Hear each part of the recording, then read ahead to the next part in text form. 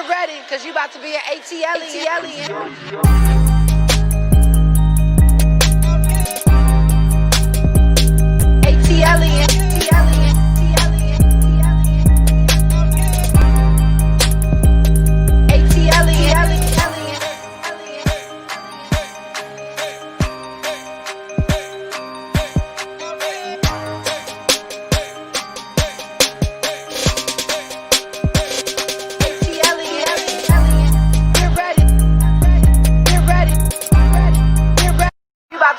Get ready, because you about to be an ATLien.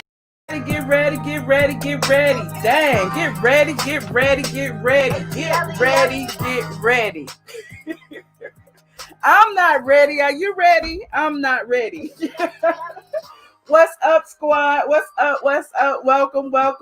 Happy Monday to the squad. I see all y'all in here scrolling on in. Come on in. Take a minute to like and share, please, and thank you as you come into the room. We got a lot to talk about. Look at all my aliens in the building. Hey, y'all. What's up? I see C. Patterson is in here. My mind's holding it down. I see Cheryl. I see Rich B. I see you, Rich B. I got to say that for later on in the stream. I can't curse right now. Hey, I see you. Hey, Sierra Content.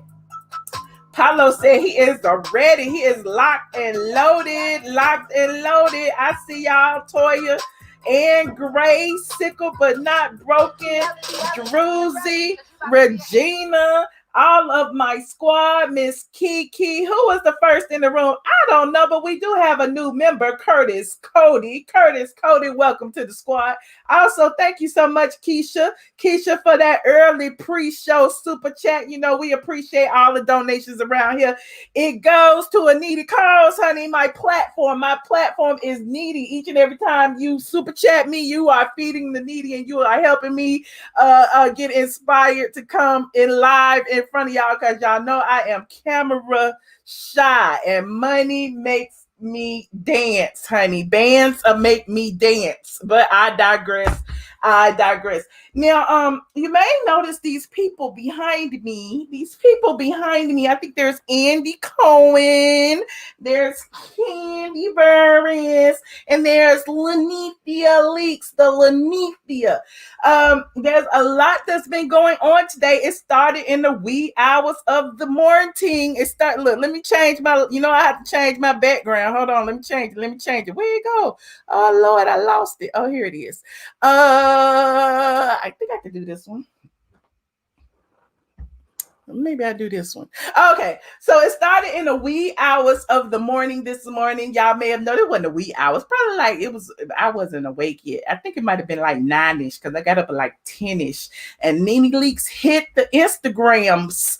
She hit, not the Instagrams, the Twitters, with an important message for all her peoples, honey. She said, hold on, I'm going to her live so we can, her Twitter, so we can pull the receipts. You know, we have to start at the beginning for the people who don't be paying attention. Nene said, hold on, we're going to the Twitters. Hold on. We got to view, we got to zoom out, actual size. Bam. Nene Leakes, oh shoot, she done posted it. She done posted the dang Boycott Bravo, quick, fast, in a hurry. Nene wants y'all to see it. Now, I got to give y'all a little background on this Boycott Bravos because we need to salute a few of my special squad members, Jinx, Rich, Bitch, and Ilaka TV. They all got together and they created the Boycott Bravo petition.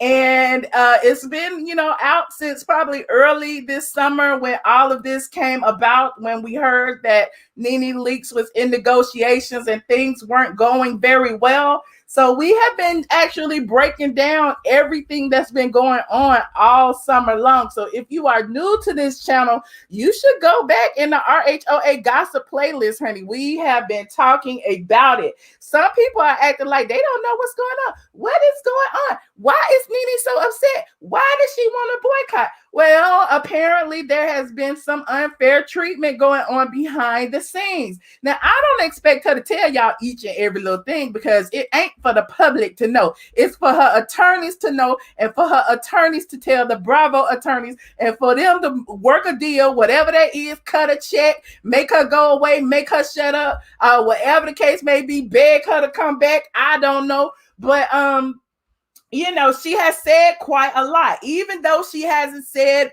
it all in one place. I can tell that, she is very, very hesitant about saying a lot of things because at the end of the day, and this is just me because I know the inner workings of the entertainment industry, I'm pretty sure she's still under some type of contractual agreement. She can't talk too bad about her former employee because the last thing she wants to do is get sued. And she's probably under a strict non-compete where they are probably stopping her bags where she can't work nowhere else. She can't eat. She can't work, outside of the NBC Universal umbrella. When she do try to work on the NBC Universal umbrella, I suspect that somebody, perhaps Andy Cohen or somebody over at Bravo, is stopping her from her bag. She keeps getting all these opportunities that keep disappearing. She mentioned that earlier this summer. And really, I'm just regurgitating a lot of the things that she said that we have picked up on. So a lot of y'all just, these context clues just be going over your head. Just be like, whoo, it's gone. Like we talked about how, several of the Caucasian ladies on the same network have been involved in several violent disputes and brawls and everything else. And what do? They get promoted. They get bumped up. Hell, some of them even go to jail and they put the whole show on pause till they come back. The ladies who are of color, the black ladies, things can happen. They get the boot, they get fired, they get demoted, they have to fight for their check. They fight who's queen, who's coming, who's going. They pit them against each other. The executives want more drama, more fighting, more this. They have to hide relationships, fake relationships.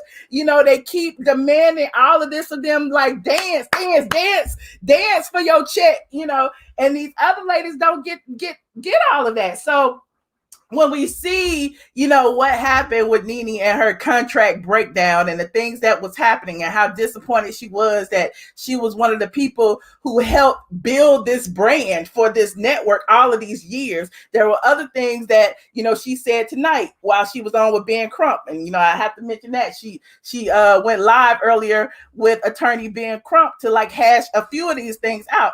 One of the things that she mentioned that I found quite interesting is that she said, when she first started, she signed bad deals, and you see gifts everywhere. You see her image everywhere. You see all of these catchphrases everywhere, and she's not making money off of that. It's like Bravo made all of these millions and billions or however many dollars all these years of her, being the star, and they let they star, they just treat their star any kind of way, and it's just unfair. So we've been talking about it a lot.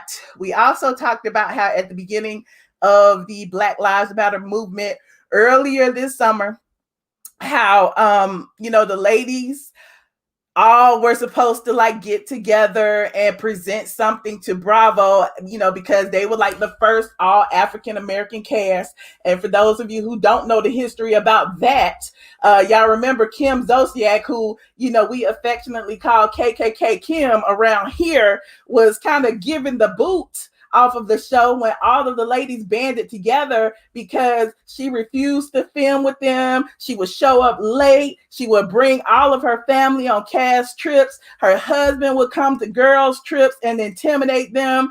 She would curse everybody out. She would curse and scream. She would, always get her way, and they would always make accommodations for KKK Kim Zolciak and not the other ladies. There was also a time, and this, may be an urban wives' tale. I reported about this on Straight from the A as well, that KKK Kim Zolciak slipped up and called them the N-word. And it was at that time that they all banded together. I believe Phaedra was still there at that time and said, look, we don't need her. She don't want to be here. she needs to go. So they refused to film that season. What season was that? Does anybody know? Was that season 8, 7, somewhere 9, somewhere around there? They refused to film that season until Kim left. Kim was pregnant at the time. Y'all remember she pushed the camera out of the cameraman, out of her face. Croy was there. Then they got in the car and they left. They was all at dinner. Phaedra was sitting there. Kenya was sitting there.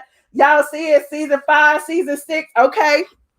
So it was around that time that all of the ladies, Phaedra was there at the time, decided we gonna band together. We not gonna film, until they let Kim go. Instead of firing KKK Kim Zolciak, who allegedly said the N-word in anger, she got her own show. They kept her around. She was under contract. They didn't feel like she had violated her contract. So instead of giving her a demotion, they gave her own show to where all of the other people who applaud KKK Kim and her antics can go and watch and see this good old boy white family chill and, do what they do and talk bad. And it's not a black person to be seen on that show. And Kim liked it that way. That's one of the many things that we have talked about over the summer that Bravo has been guilty of. And you look at the differences in the way that they treat their black stars versus their white stars. There have been other instances, y'all know, in other shows, and I'm not privy, I don't watch all of them, but the Vanderpump Rules situation where, they, have been accused of using racist rhetoric during their shows. It's a lot. It's a whole lot. So Nene speaking out, you see, she kept quiet for the most part all summer long. She kept quiet. She tried to talk a little bit. Everybody was like, well, what's going on? Why are you so antsy? Why, what is the problem? The problem specifically was she can't say everything that she wants to say for fear of retribution. That is why she chose, I guess, to go live tonight with Ben Crump. And, perhaps he can tiptoe over some of the things, trying to, get y'all to understand a little bit, because people are constantly asking her. There are bigger networks asking her for interviews. She can't do those interviews because she's under contract with NBC and Bravo. She can't tell them all the things that she said on her own about, the racism that goes on, about calling Andy a racist. She can't say those things. So look, she can't, but I can. She can't say it, but I can. I done got enough cease and desist over the past 14 years to put it in a binder of my own. And I don't even watch Potomac, but I got my life off that Jamal situation. But I digress. But yeah, it's just been a whole lot. And I know y'all see it. Somebody said Andy is not racist. I heard Andy is trying to fire Monique. You better say it. I mean, I am just the messenger, and I just feel like a lot of times, y'all keep seeing Nene in my thumbnails. Y'all keep seeing me talk about Nene, and it's almost like I'm beating a dead horse because I keep saying the same thing over and over again. I am a black woman. I have been a victim of discrimination. And so when I see another black woman who is going through it, I don't care if she's a millionaire or not. In your eyes, I'm standing behind that black woman. And there are some things that's been going on all these years that all of us have talked about. We talked about how, we felt like the black girls, the girls of the Real Housewives of Atlanta before Potomac even came along. We've all talked about how we felt like they weren't treated as fair as the other franchises. We talked about how all the other ladies were going to Italy, Paris, France, and we was going to Miami and Daytona Beach and Savannah. We talked about all of that stuff. So in their heyday, when they was making the most money, when they were drawing in 3.5 million views, they were being treated like crap. So it's like, here we are, as the ratings start to dwindle and, Bravo feels like perhaps, the cash is drying up. Maybe they need to cut some fat from the top to the bottom. Maybe we need to pay these people less since we're not making as much money. Maybe we need to do this. but instead they're putting all these money into these other shows. They keep, elevating all of these Caucasian actresses are reality stars, but what black reality star have you seen has been pushed to the forefront like some of these Caucasian ones? We see Bethany getting her own show and her own wine and her own this and her own that. We see other, Caucasian stars getting their own show. Kim Zolciak, Tardy for the Party. We see all of them. And then I know y'all gonna bring up Candy Birds. I'm looking around right now to see who is mentioning Candy. Y'all know Candy is a slickster. Candy. Candy will take the minimum for the maximum. Okay. Candy. I don't want to drag Candy because Candy is another black woman, okay? However, when you see these black women who are kind of like, what's her name? The other Candace lady who is a Trump supporter, when you see these Trumpites who are people of color who look down on other women, who do sneaky things that benefit them and them only without thinking about the greater good, there's no way that you cannot talk about them. And I know y'all think I drag Candy. I know y'all do. And I try not to because I used to be cool with Candy. I kind of still like I still am. I feel like I'm still kind of cool with Candy. I say hey when I see her and everything. However, Candace Owens, thank you so much, DT Dakota. There are similarities in that Candy has been accused of being the person that Bravo goes to be the puppet master to make some of these things happen.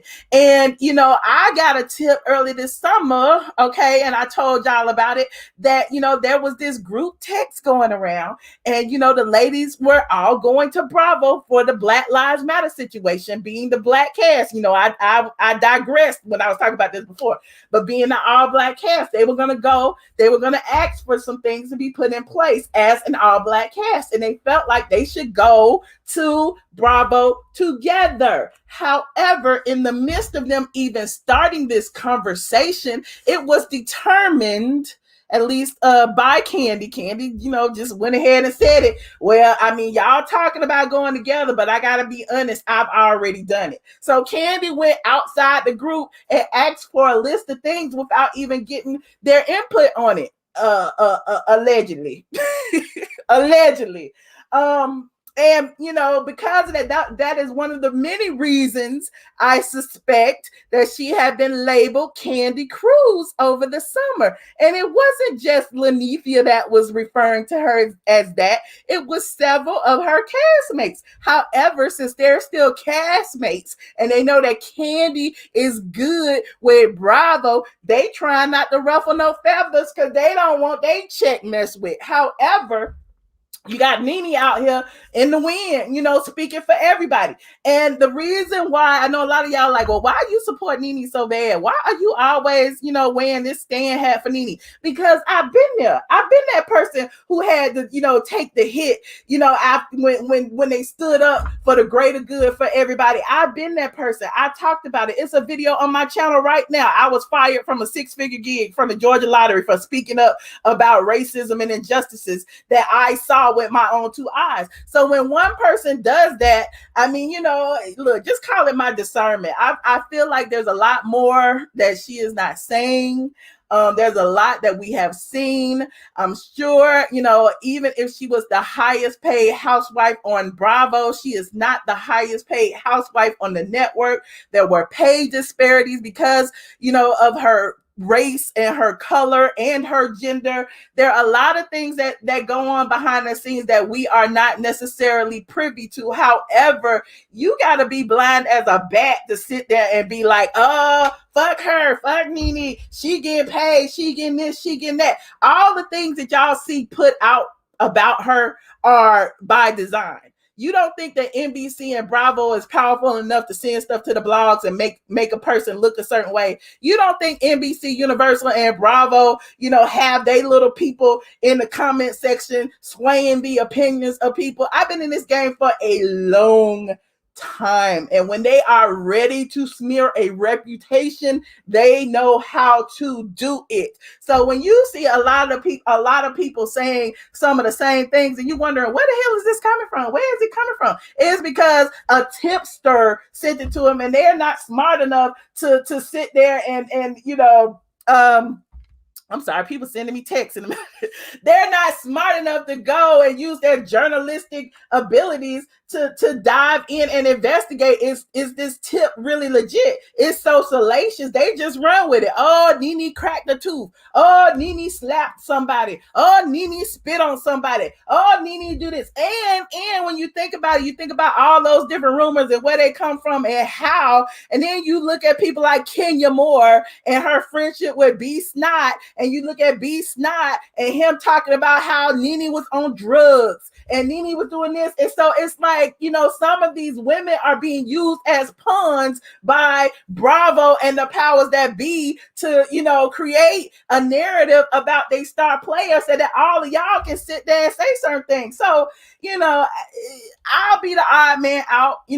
People look at my channel and be like, that's all she talk about. That's all she do. She ain't talking about what everybody else talking about. I'm not talking about what everybody else talking about because I've been in this game a lot longer and I've seen a lot of things. I like the fact that, a lot of my celebrity friends can, sit back and watch themselves being talked about and be like, oh, that's nothing. That's nothing.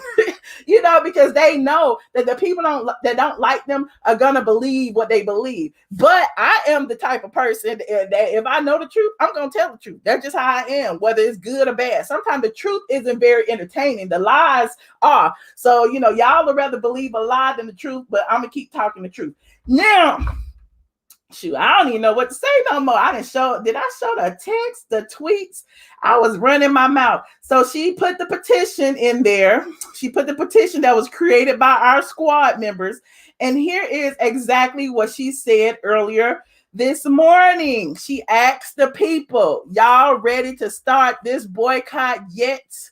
What has happened behind the scenes is wrong. While others were being promoted, Black women who created shows, created genres, built franchises, and built networks were being demoted.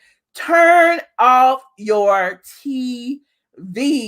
She also said, sign the petitions when you see them, repost the boycott flyers when you see them, turn off your TVs. Now, her saying that, I don't know if it matters or not, because it seemed like y'all wasn't watching anyway, because the ratings for the first week was lowest that they've ever been in life in the history of the show. I talked about that a few videos ago. The ratings for episode 1 was 1 point something, 1.14, I believe it was, and the lowest, the second lowest was episode 1, which was the pilot episode, which was 0.65. Episode 2 of season 13 was low as well. So, I don't know what episode 3 is yet. Episode 3 aired this past Sunday. I haven't even watched it. Well, I did kind of watch it, but I felt like I needed to watch it again if I was going to review it for y'all. And then all of this happened. So I didn't watch it. And I just decided to come on and talk about this because Nene is a lot more entertaining, honestly. But the ratings come out tomorrow. And I'll probably just do my review tomorrow and, talk about the ratings at the same dang time. Okay. If that's okay with y'all. If that's okay with y'all. You said it's boring. There's that. You said, and Candy had the nerve to think she was talking about her earlier this year when Nene said earlier she said in her YouTube, she was not talking about Candy. She said in that video, she was talking about somebody blonde hair and blue eye. And Candy just ran with that because Candy is being used as an op, just like Kenya was. When Kenya was running around telling everybody that Nene spit on her, that Nene did this, that Nene did that. Candy is on the opposite side. She's the puppet master telling Kenya what she needs to say and also co-signing a lot of the drama. And yeah, it is what it is.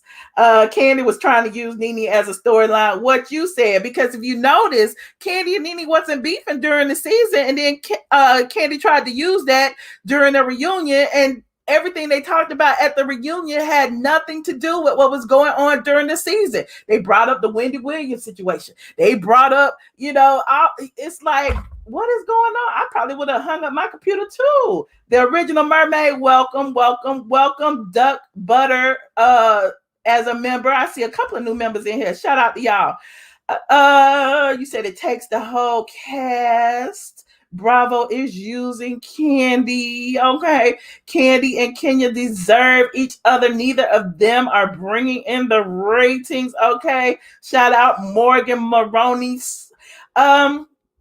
Yeah, that's all I got. I want to hear from y'all. I want to hear what y'all got to say. Were y'all in the live with Ben Crump? Let me put the link in here. If y'all want to call in and let me know what you think about this situation, I just put the link in the chat. So click the link, call in, let me know what you think. I know a lot of people think I may be going overboard because, I am biased. I admit it.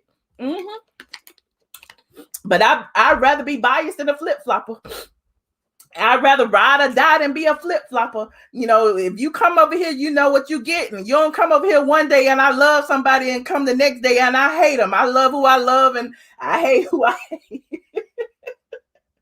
So there's that. You said, what? We saw you and Nene talking. You ain't seen me doing nothing. You ain't seen me. I've been to Nene's shoes before until we change. Okay. I just got caught up. It's boring. Alex and Kenya are related through bad skin. Y'all are hilarious. Hold on. Nola girl. Hey, Nola girl. Hi, Nola girl. Oh, she hung up. Okay. Shaniqua. Hey, how are you doing? Good. How you doing? I'm good. So what do you think about all of this drama? You said what? What do you think about all of this drama? This boycott?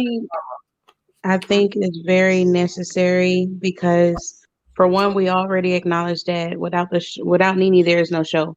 And from what we can see so far, it's just really going down the drain. They just really got themselves in a toilet. So I'm ready for the petition. So let the paper do the talking for itself.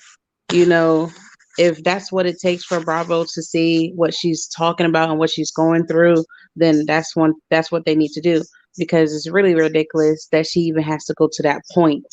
Yeah. And as I just don't like seeing her that way because, it's like, how people like, you're strong until strong is the only thing, because strong is the only thing you can be. You know what I'm saying? And a lot of us Black women, we have to be strong. Whatever that is, we have always smiled when we feel like crying. We always, have to take a lot of bull crap from our employers and keep it moving. And so you can tell she's that strong person who apparently, has had to like smile to stop from crying. And even today, it was like you could tell she was really feeling some kind of way. Exactly. People think that you can just put on this facade and just carry it and you're not going to burst inside. And that's horrible because she's still a human being. That's what people fail to realize. Like, they treat her, they want to say, oh, she's a moose. And that's the thing that kills me is people like, oh, Nene this, Nene that. But then you turn around and call this same Black woman a moose in the same sentence. Right. Like, you treat her like a whole animal. She's still a human being. She has feelings. No matter if you like her or not, you have to understand that she was the star of the show. There are other stars, but she carried that show. She was the number one talked about on the show. So you have to give her that respect. And you being a fan, other people who are fans or not fans, they have to realize you have to give credit where credit is due. If someone tried to say, well, they gave her an offer and she turned it down, that's her fault. Well, if you were at your regular paying job, let's say you were at McDonald's and you were doing manager work, wouldn't you want to get paid manager work then get paid regular employee work? Come on now. Put your common sense on. But you know what they say, if sense was so common, everyone would have it. You got that right. Well, I appreciate your input, Shaniqua. You're welcome. I'm gonna continue watching. Okay, thank you. Hold on, y'all. I'm trying to put this link in here. Let me know if that works. Hello. It's so funny how y'all be like, oh, I seen Drake. First off, I am light skinned. I have a lot of hair on my head. Ain't nobody see Drake. And not only that, I was in Mexico and my phone was tripping and somebody else had my phone. I was on my earplugs and the phone hung up. Child, what is he doing? Child, I don't have time. We talking about serious stuff right now. Hey, the governor. What's up, Michelle, my belle? How you doing? I'm good. You know, Chilling. Drake didn't even say hello. He just started talking. He rude. He got to try again. You know that's how Dre. You know how Dre do.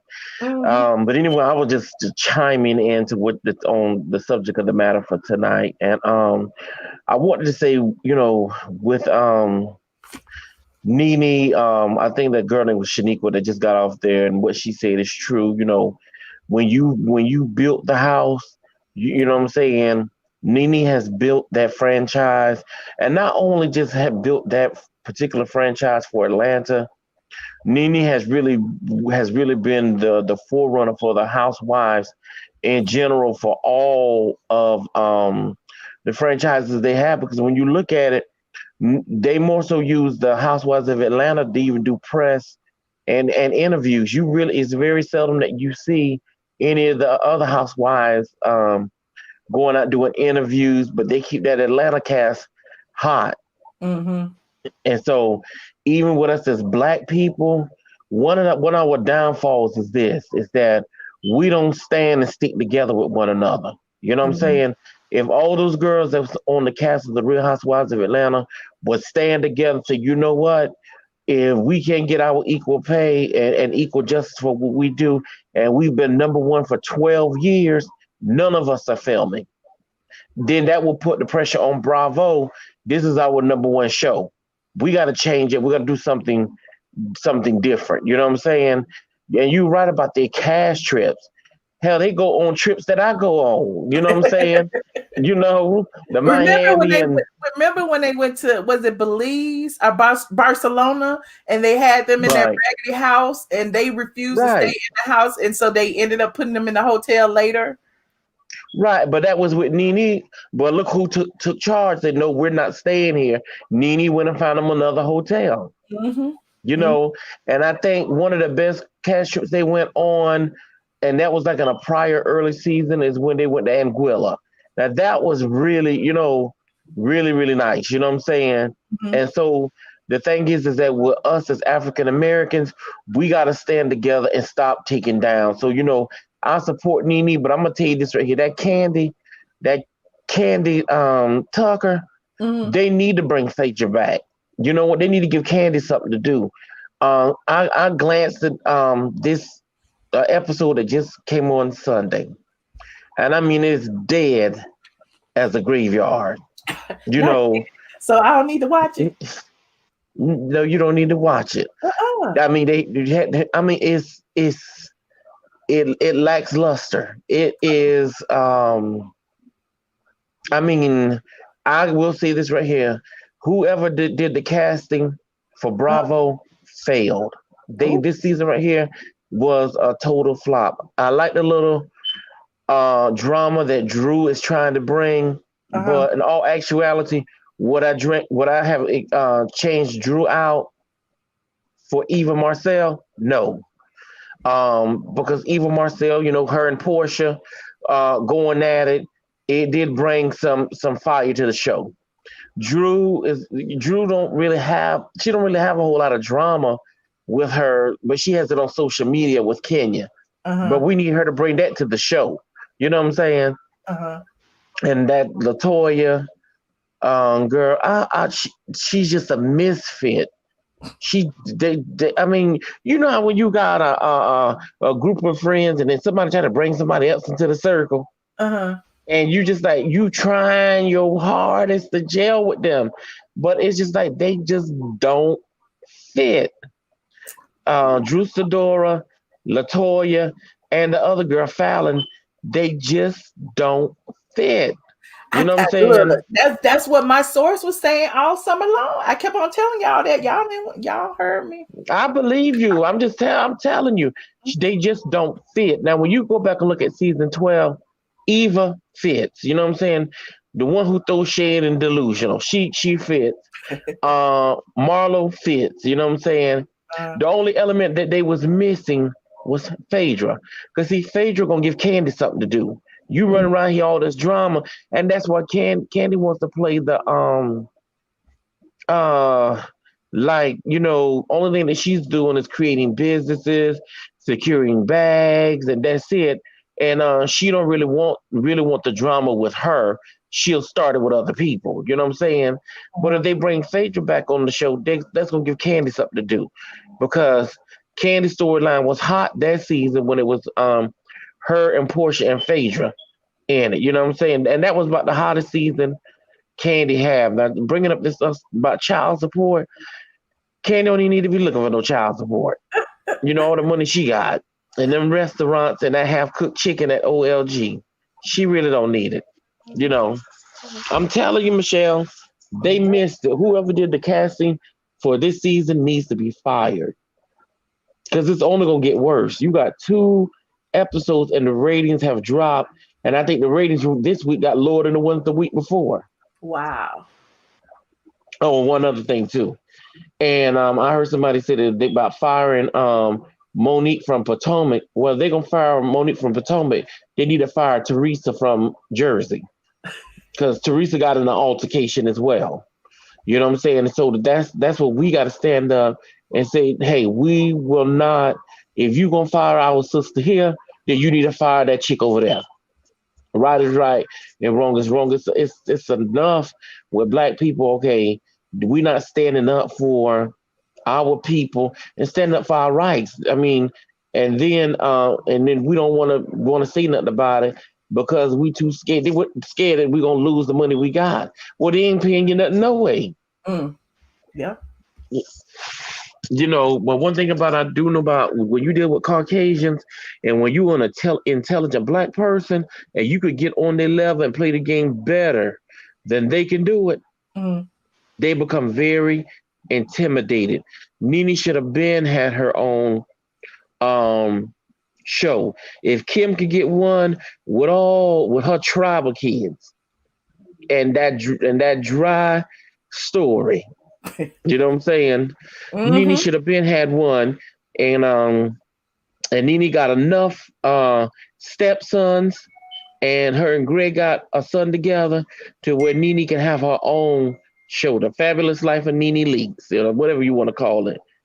But the thing is, they use her. She got if it wasn't for Nene, Watch What Happened Live wouldn't have been popping. She was one who got Andy popping. She was the one that bought all the gays on there. Dwight, Derek J, who was Miss Lawrence, and then they ended up getting the spinoff from her with the Fashion Queens. They did. So the thing is, pay Sister Girl what she justly do. I support any Black individual or any Black woman, Black male that's doing the darn thing. And I'm gonna get down to the Bible. The Bible says, "Give honor where it's due." If she did the work, give her the credit. Okay. She did it. I agree. Now I'm off my soapbox now. Well, I appreciate you, Governor. All right then, Michelle. I'm still listening. So holla. All right. Thank you for calling. Hold on, y'all. Hold on. Professor. Hey, can you hear me? Hey, friend. Hey, girl. How are you? Oh my God, you finally called in on the main channel. I'm shocked. Girl, I know. On the main line. Okay. What's up, smart lady? So I was let me tell you, it's so funny that the governor, hold on. I was like listening to you on like my AirPods and computer. I got you on like 3 different things. So let me like turn you down. But so it's funny because like when Nene was talking about Andy being racist or whatever, I never like not believed her because I don't see Nene as somebody that would make that type of claim considering the level of career that she's had and what the repercussions could be of saying something like that. But I think last night, because I do watch Potomac, when I saw how Andy handled Monique, this is what I think. I think that Can you Andy may explain to me how he handled her? Because I don't know. I didn't see it.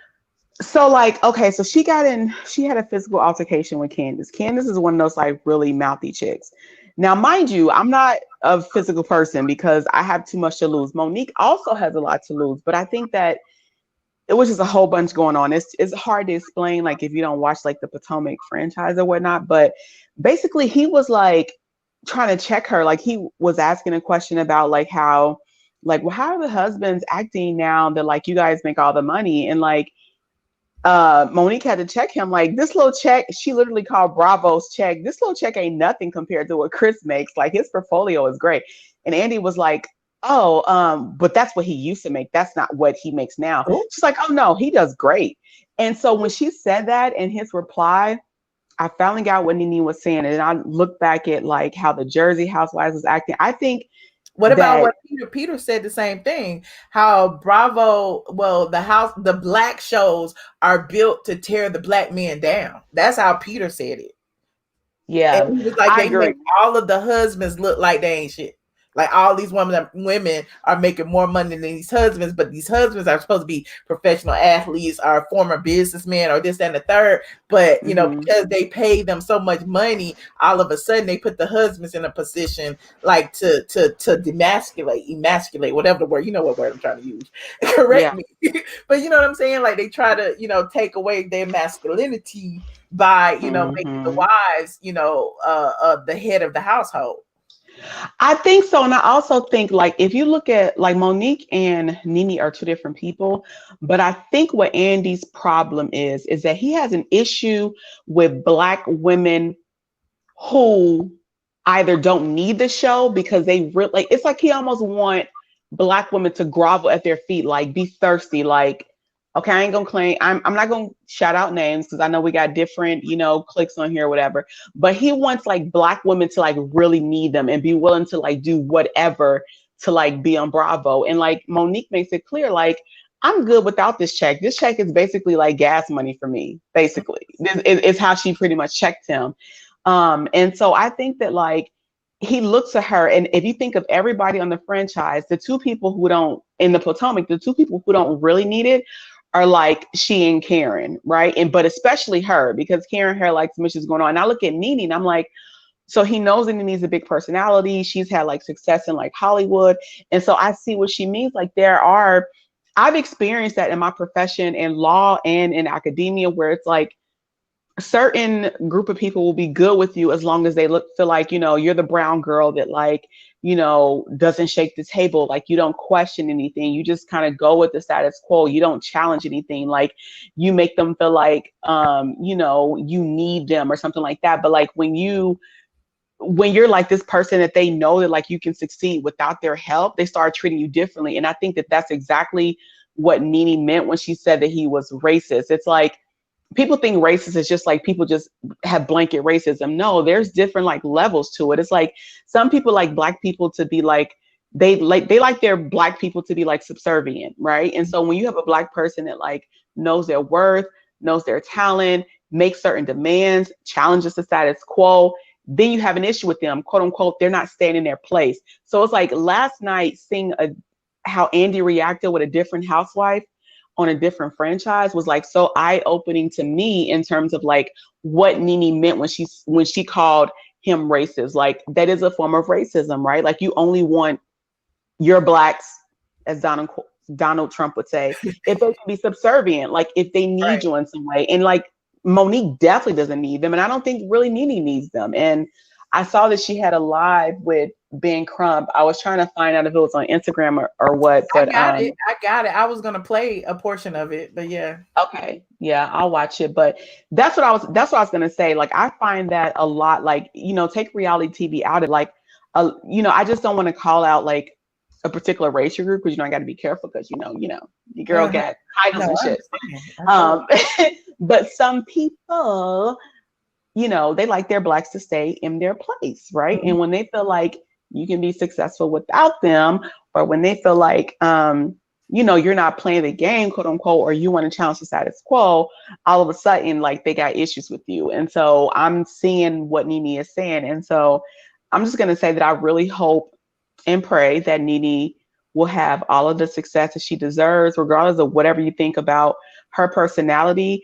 Her personality is no worse than Candy's or Kenya's or any of them. You know what I mean? Like everybody has a role to play. It's reality TV. And so it's unfortunate that she was not able to garner the support from her castmates. But I think that's the point. Like they all need it. Candy doesn't need it financially in the sense, but she does need it in the sense, Candy.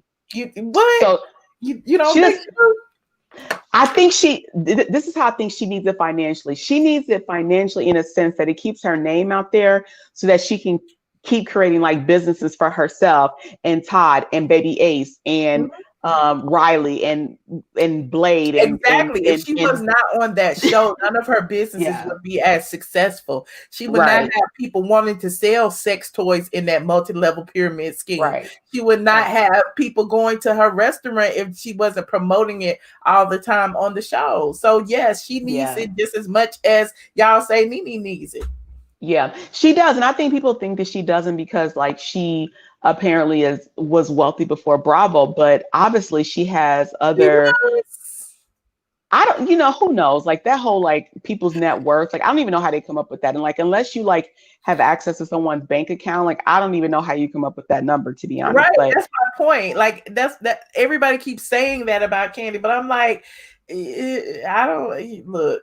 I don't want to say. I don't think. Now, don't get me wrong. I don't think Candy's broke because I think Candy is frugal. I never said she was broke. I never said she was broke. There's a difference between being broke and being wealthy. You know what I'm saying? Yeah. I think that she needs it just like we all need our money. Even if we got money in the bank, she's taking care of family members. She's doing a lot of different things. So yeah, she needs it. And I mean, I think she's smart with her money in a sense that like, you and I just had this phone conversation before. Like, I'm like, you know what? This whole luxury bag conversation, like, should I buy a Gucci or should I invest? Right. So I think that she's smart with her money in a sense that like, and I'm not saying this to be mean, but like when I think what Candy's appeal is like, Candy looks like she shops at like City Trends. Like she's like, that's like what her appeal is. Like she's like that everyday girl. And I think that's why she's popular and people can like relate to her or whatnot. But yeah, so I do think you're right. She needs it. She needs it to like fund her other business ventures. You know what I mean? And so that's the reason why she plays by the rules. And so it's basically Bravo likes their Black women to play by the rules that they set up, because I'm like Teresa Giudice and all these other housewife franchises, like they've all like Teresa actually physically pushed Andy's ass down on like a reunion to get to like this Danielle chick. And I'm like, and I'm not condoning, I personally am not going to get into a physical altercation because I don't want anyone to think that they have that much control over me. And I do have stuff to lose, but I understand like, some people don't have the tolerance for like mouthy people, you know what I mean? So it's like, I know you're not into Potomac, but you have to watch that reunion because it will really give you a lot of insight into like what Nene meant, because people tend to think that like, oh, racism is like, oh, I want to hang somebody from a noose or I use the N-word or whatever. But you have to understand that it's just like, you know what I mean? Like it's just the mentality. Like some people like, I'm cool with Black folks as long as they stay in this box right here. But when they try to get outside this box, now all of a sudden I have an issue with them. So nothing worse than an uppity Negro hang. Yeah. So anyway, that's all I wanted to say. Cause honey, I look, your following then grew, honey. So I know how the squad can get, right? And so I don't want to listen. Okay, listen. They be like, listen, your time is up. So I know how to. This is my show. I can talk to people as long as I want to. And I was really I wanted to play a snippet of Nene and Ben Crump if the people want me to play it. What y'all think? Y'all want to listen to a little 5 minutes of her talking? I definitely do because I was trying to find it. Press 1. Because I think I found it. Hold on, let me see. Pull it up. Hold on. What they saying? Once. Okay, they saying yes. Okay. Hold on. Because I just saw it. That's 3 minutes. Hold on. Nene today, attorney. Hold on. There's 11 minutes. Okay, let's watch this 11-minute one. I'm gonna put it on YouTube. I know y'all holding it back. Now, this is my show though.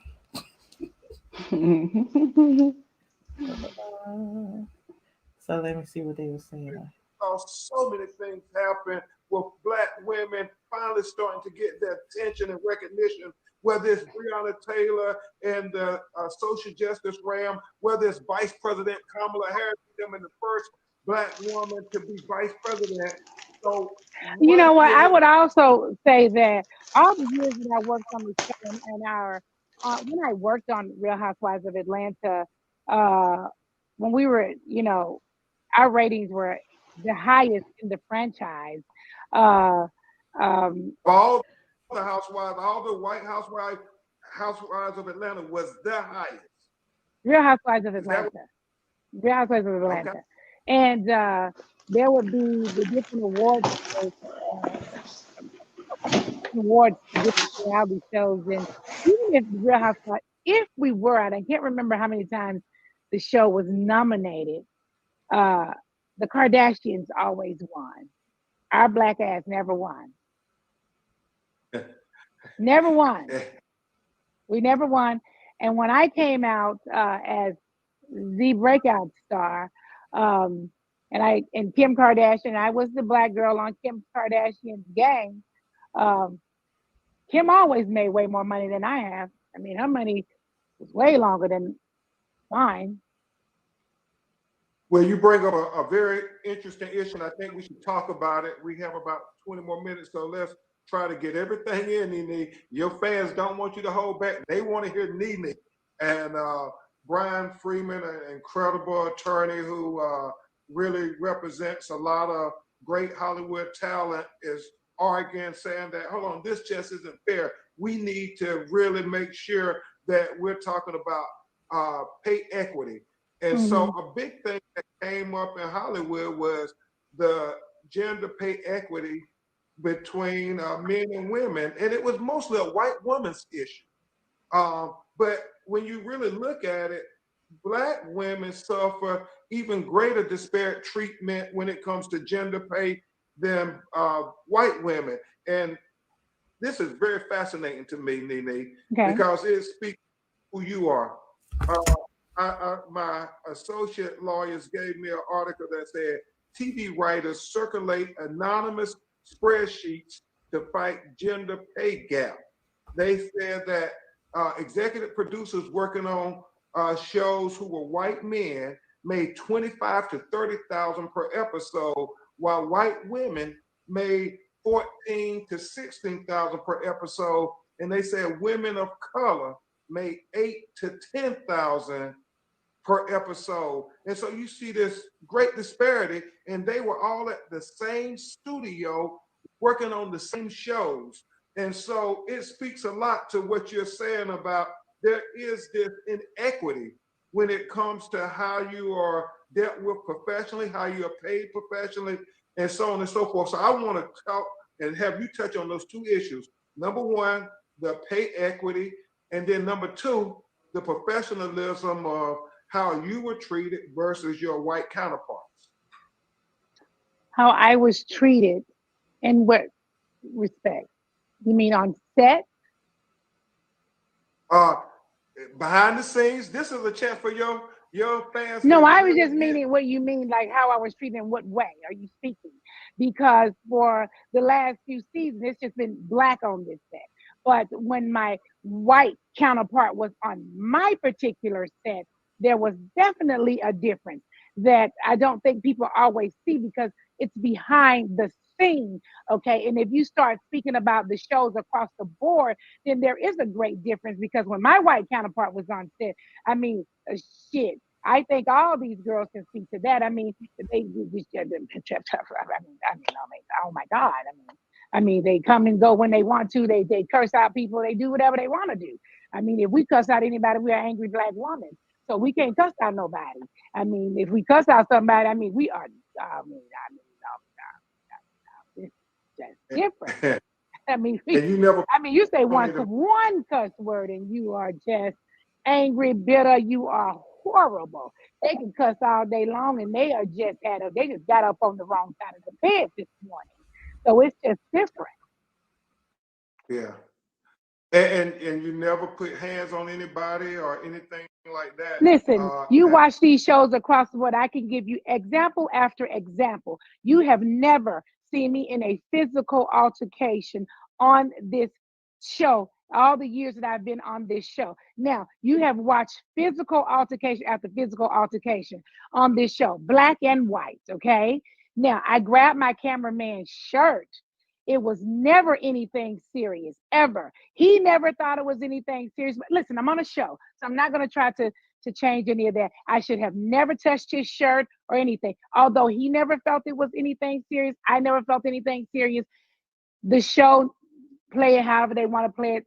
I should have never touched him. Forget it.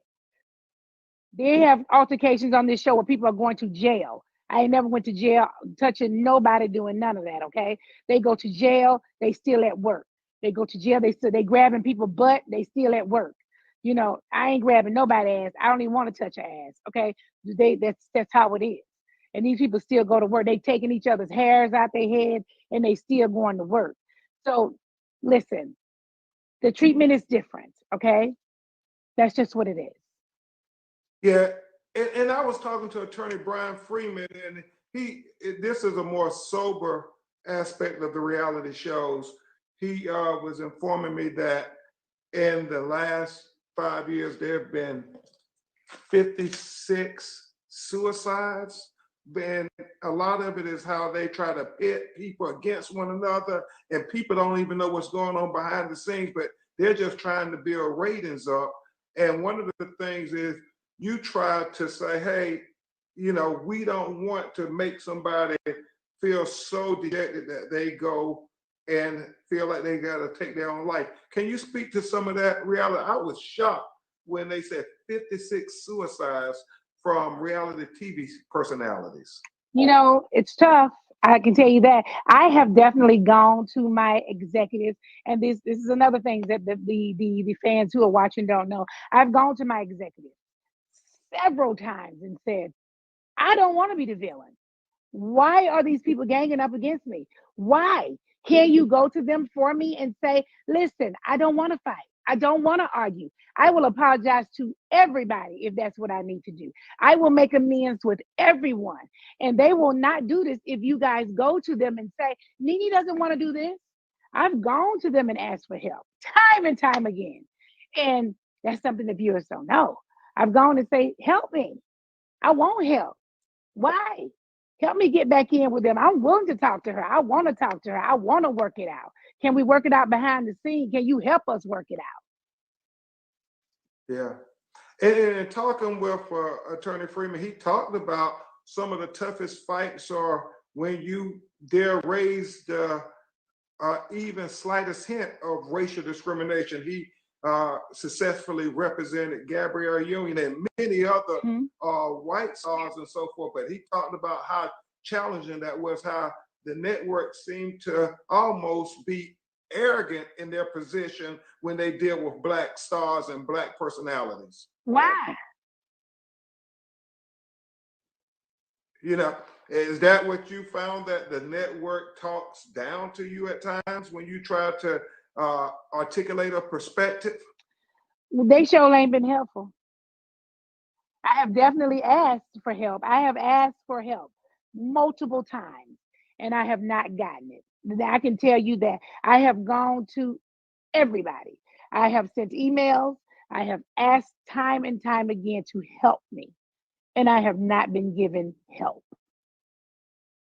Yeah, and I Brian Freeman, who is a Hollywood entertainment attorney, and also Reverend Al Sharpton calling me saying that there seems to be a real problem with what they're doing to some of our Black women on television. And we might need to look closer at this. And so that's when you started giving me a lot of the statistics and stuff, and I was shocked. And then when Mariah called, I was just blown away that you think you can just take a Black woman's intellectual property and not compensate her at all. That makes no sense to me whatsoever. And retaliate. Yeah. And retaliate later. Retaliate against you. Why? Yeah.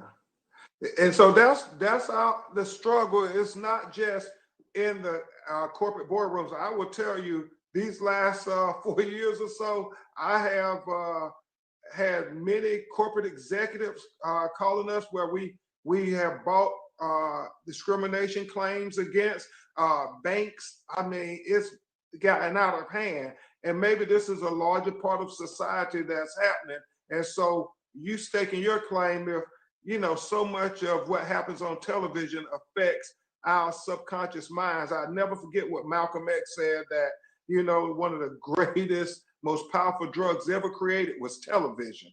Because, I mean, it has you thinking things in your subconscious mind that you're not even aware that you're thinking. So maybe you, Nene Leakes and Mariah Q and others who come forward, Monique, and state that we demand equal opportunities, just like our other white counterparts. Maybe this is the time now, this is the moment. And so if your fans continue to stand up with you and say, sign the petition to say, Bravo, you have to do better by Black women. NBC, you have to do better by Black women.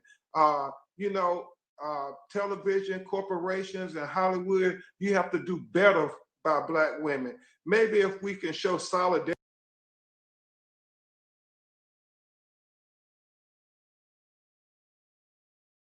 Okay, that's all I got. Well, that was 10 minutes, so I guess that was enough. You there, Professor? I am here. Can you hear me?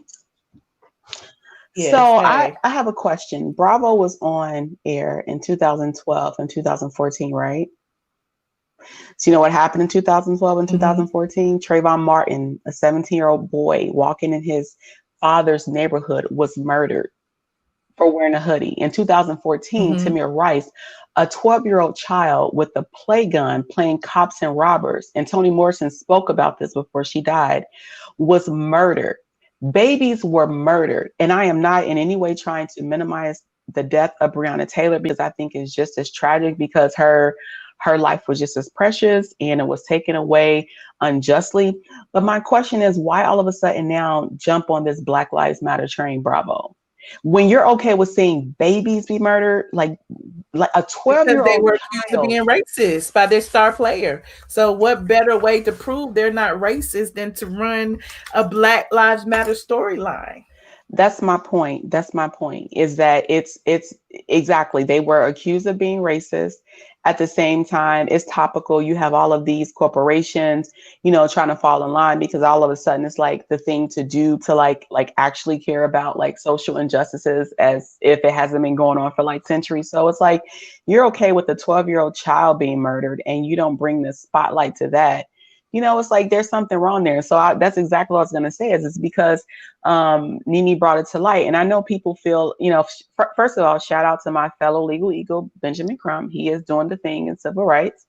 I know people have issues sometimes with Benjamin Crump and also Al Sharpton, and they feel like, oh, they're opportunists. But let me tell you what people like that are good for, because they have such larger than life like personas and such, you know, such, I guess, like relevance, you know, in what's going on today in social injustice. They do matter, because when they speak, people are forced to listen, because whether you like it or not, they have a big following and they have a big voice. And so I finally feel like this is the right person for Nene to team up with, not Lisa Bloom or whoever, but this is the right person to because Benjamin Crump has won suits. You know what I mean? Like, he has won lawsuits. Like, he has been almost every single death of an unarmed Black person since Trayvon Martin. His law firm has been involved, and they even have a branch here in Atlanta. So yeah, I think that Bravo definitely has an issue with that. And I think that they need to address that. And I think the rest of the girls, again, they need that check, because they don't have an investment portfolio, or they don't have like any other, you know, like I love Portia. She's like everybody's favorite cousin in their head. Beautiful, whatever. But I guarantee you, Dish Nation isn't paying her probably even 1/10 of what she's getting paid on Bravo. Oh, you know what I mean? And so it's kind of like, everybody's trying to like eat. Everybody's trying to sustain this life that they built. You know what I mean? And so I think that it's just sad that, people didn't really rally behind Nene because they know that what she's saying is correct. You know what I mean? It's like, I don't care if you don't like her personality, whatever. They're reality stars. You're gonna tell me you like Ken's personality all the time, Candy, Portia. Like we can all look at points in their reality TV careers where we can say that like they didn't shine the best or we didn't like that's the point of reality TV. They're supposed to be controversial. You know what I mean? Right. So so yeah, so I just think it's really unfortunate what's happening. But I will say that I am very, very, very happy that Nene has linked up with my fellow legal eagle, Benjamin Crump. I think he is definitely the right person to address the concerns that she's had. And I think that after seeing what happened last night on the other franchises, like, I get it. I get the type of racism, exactly what Nene is talking about. You know what I mean? Like, if you don't grovel at their feet and show you need them and just sort of, you know, go with the status quo, you know, as much as people think Candy's a business person, I'm sure she negotiates, but I guarantee you at the end of the day, Candy doesn't go as hard because she's like, you know what, at the end of the day, the biggest thing is that I'm on this show and the million businesses that I want to create are going to be exposed. So she looks at it like she's going to get her money on the back end in a sense. Right. You know what I mean? So yeah, that's all I wanted to say. Shout out to the squad. I hope everybody's in the look. spirit. I know the other caller's mad. I'm gonna take some more. I'm gonna take some more, y'all. Yeah, I'm about to get off here. Professor, I knew you were gonna come up here with the wisdom because you got this law degree, you know, and I be having to use you sometimes for your legal expertise, and I appreciate you. All right. Shout out to the squad. Merry Christmas, everybody. I hope everyone has a blessed remaining 2020 and a wonderful 2021. Thank you guys so much for supporting Michelle, and everybody have some dreams tonight. Good night, guys. Thank you, Professor, and happy holidays. Thank you so much, love. I'll talk to you later. All right. Goodbye. Bye. Hold on, y'all. We got some more people back here, honey. Hey, Kadero. Hey. How you doing? I'm good. I'm just gonna tell y'all right now, I'm not that articulate as the professor, so y'all gonna get what y'all get from me, okay? Come on now. Look, I have notes. I took down notes because I had some shit to say. Okay, go ahead. We got you. Okay, so what I want to say is that I'm really upset about the treatment of Nene. I'm going to probably be repeating what some other people have been saying, but what really bothers me is how people hate Nene so much, but in their daily conversations, at some point in that day, they are saying or speaking a slogan that Nene created. Mm-hmm. Everybody and their mama is saying, I said what I said. Everybody and their mama is saying, bye wig, or, you know, something else that Nene has come up with, but you don't like her. Mm-hmm. She is literally a household name. It has been a household name for a very long time. Me, for instance, I was introduced to Nene not by the Housewives because I wasn't watching it then. I was introduced to her by Glee. Oh. And then I said, well, who is this woman? She's funny as hell. And then I started going back watching the Housewives and became a fan. If it wasn't for Nene, Housewives would have never been introduced on television shows. Mm. It was successful with Nene, so everyone else that wanted to tap into people saying, well, we could, you know, it brings revenue to us by promoting these reality TV stars. You know, Nene's on the whole show. She did Broadway. She did the burlesque thing. You know, then all of a sudden, then Candy did Broadway. You think Broadway called you because of you? They called you because it was successful at first with Cinderella with Nene. So it's like, you know, it's like you can dislike her for whatever reasons, but you can't take away and knock what she has done for the reality TV platform and for Black women in reality TV who probably wanted to be actors and actresses, but couldn't get through that door. Mm-hmm. But Nene walked through that door and allowed them to walk through without a resume of doing any other television but reality TV. Yep. So it's like, stop playing her. It's like, stop playing her. Okay. She's just this around the way girl and ain't done shit for the culture of reality TV. Like, stop it. She did. You're right. And then it's like, stop saying, well, she's using the Black Lives Matter movement. Everybody and their mother has used the Black Lives Matter movement this year. Everyone has said, look, they're paying attention. Now let me speak. Everyone has done that this year to get to say, look, they're listening, so let's use that to our advantage. Everyone has done that. So stop making it seem like, she just using the movement. No, she's a Black woman who has been in this, and it's just boiled over to this, like everything else in 2020 has just boiled to the motherfucking surface. Mm-hmm. And she's speaking. Granted, Nene has been quiet all summer. She didn't even post anything about the boycott thing. This is her first time posting it. You're right. And that's what people fail to remember, because they feel like they saw the boycott and she has, been pushing it. She didn't push that. That's been us. Yep. You know what I'm saying? That's been her fans pushing that boycott. Nene ain't never said boycott Bravo not one time. Nope. This is her first time actually saying something. Mm-hmm. Next, let me go to Andresa. That's Andy. I think people need to Andresa. Okay. People need to understand first. At the end of the day, yes, he's a gay man, but he's a white man at the end of the day. And if it comes down to it, and if we both get pulled over, his whiteness is gonna save him way before my blackness. Mm. And Andy is not invited to the barbecues. I don't give a fuck what nobody say. Just because he's gay, he will fight and push for LGBTQ rights as he should as a gay man. But as a white man, he has never and will never push for rights for African Americans because he don't know what that feels like. Yep. And I have to agree with the professor. I was appalled, and I tweeted the hell out of him on Twitter this morning. I was appalled at the way he spoke to Monique and the way he treated her at that reunion last night. It pissed me the hell off. And I will say this: Andy has no reason at a reunion. He has no reason at a reunion when there's an all-black cast. You have no reason being there. Don't no other reality TV show have no white person as the moderator for a cast that's all black. You never understand what we're talking about. Someone has to always let you know what something meant. You forever calling a black woman aggressive and feel like they need to apologize. If I beat somebody's ass, I have no reason to apologize for it. I beat their ass. I fought them. Let's keep it moving. Okay. A Bravo doesn't condone violence, yet you show it you showed the whole damn fight scene. If you didn't condone it, you would not have shown it.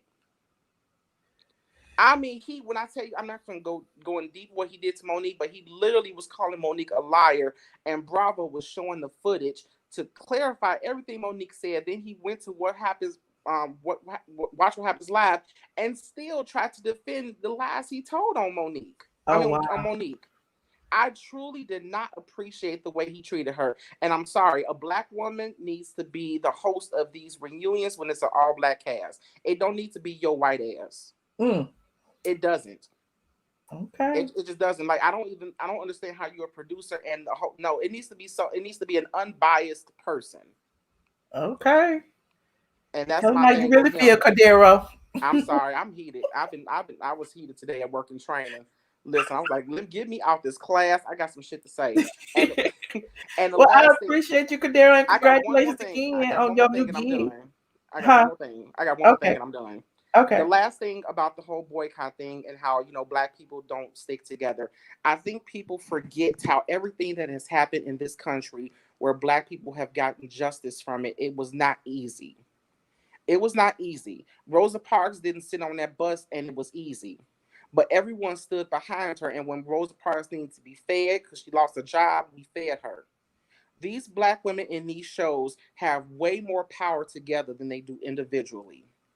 And if they would just stick together, regardless if I don't like you personally, this is gonna feed your great grandchildren that you never met if we stick together. Can't be so quick thinking about the now. You need to be thinking about those kids, your great grandchildren. Well, maybe she is. That's why she's doing everything for herself and not thinking about anyone else. It's all about herself. It's all about herself for now, but it's gonna eat her later on in the long run. And that's with all of them. It's like we never we get tired. We stick in the movement for the moment, and then when that moment dies down, then we go our separate ways and we don't stay in it. Mm. And I appreciate Nene for being in it for the long haul. And if she has to walk it alone, I truly believe that that there are going to be people that are going to support her eventually. But I appreciate her for being the quote unquote, scapegoat, or speaking it right now, and I appreciate her for that. But oof, okay, I'm done. Well, thank you, Cordero. Look, you said that quite eloquently. Well, thank you. I'm trying to get up out of here so your other callers can get in, but I'll go back into the chat. All right. Okay. Goodbye. Bye. Hold on. Tika, you ready? How you doing? Hey, Tika. Oh, I love your Petra braids. Oh, thank you. Yes, you're rocking them. You made me get cussed out though, but I still got love for you though. What you talking about getting cursed out? I was at work the other day and I got a message from my mama saying, "Bitch, what the fuck you did?" So I was like, "Say that again." She said, some guy named Dre on the thingy was talking about, "Oh, I should have been there Your to get mama up on the said TV." that. I told you we all watch your podcast and stuff. Oh, okay. But I just wanted to apologize personally for that. It was just a question. No, it's fine. I answered it. It's all good. Okay, good. So for this week on the show, though, the show was a-okay for me. I think I ended up watching it on YouTube. I Uh-huh. think Latoya is still trying a bit too much. But then again, I keep seeing new faces popping up. So it's like Bravo is running out of material, so they just keep adding new faces and new faces. Mhm. Because that whole little pool party business, I was like, that was so irrelevant. I don't see where that fit in. Period. Yeah, it's not cohesive. Like, it's like, who are these people? These new people. We don't know them. We don't know them. We don't know no background We on haven't been them. introduced. We don't care. We don't know their relationship to anybody.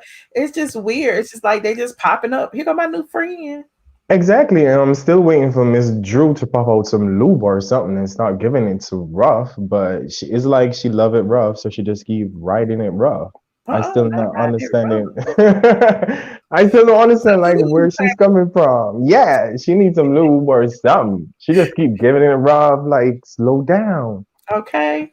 But since Nene left, is like playing that game with the sticks where you pack them up and you pick one and you keep going until they all fall down. Uh-huh. So yeah, they finally plucked Nene from that, so everything is come crumbling down now. Ratings, everything. You understand? Because she did so much for herself. She did two Broadway shows, other production and stuff like that. And I think she has memorabilia in the Smithsonian as well. So She does. she is lit. She is made. So how could you like get rid of your goat? You can't do that and then expect mom to keep ratings or I mean, whatnot. they was So gonna keep her. They just wasn't gonna offer her much of anything. But there's that. I'm glad she left, and I think she should have did that from a long time when she said they started cutting her stuff or her seasons. Like they keep cutting her episodes and stuff like that. Think she should have been gone like a long time. But then again, people have certain things they're trying to live up to the life they already been living and stuff like that. So I feel that's why Kenny is in it because she's getting so irrelevant. I don't know what is happening with Kenny no more. She ain't got no man. You hardly see the child. So why is she even there? She just there showing her boobs and stuff, which people already know about. So They all showing their boobs. I don't know what's up with that. Everybody got a boob job. That's all we see is like from shirt down to their navel. It's like, come on, y'all. exactly. But somebody needs to send a fire truck over to Cynthia because she looking so thirsty and stuff. Because even though the wedding is already gone and stuff, they still playing it back. I was like, this is all like she was trying to go hard and stuff. I was like, why is she like trying that much? Like you that thirsty? Just call a fire hydrant, honey, and just turn it on.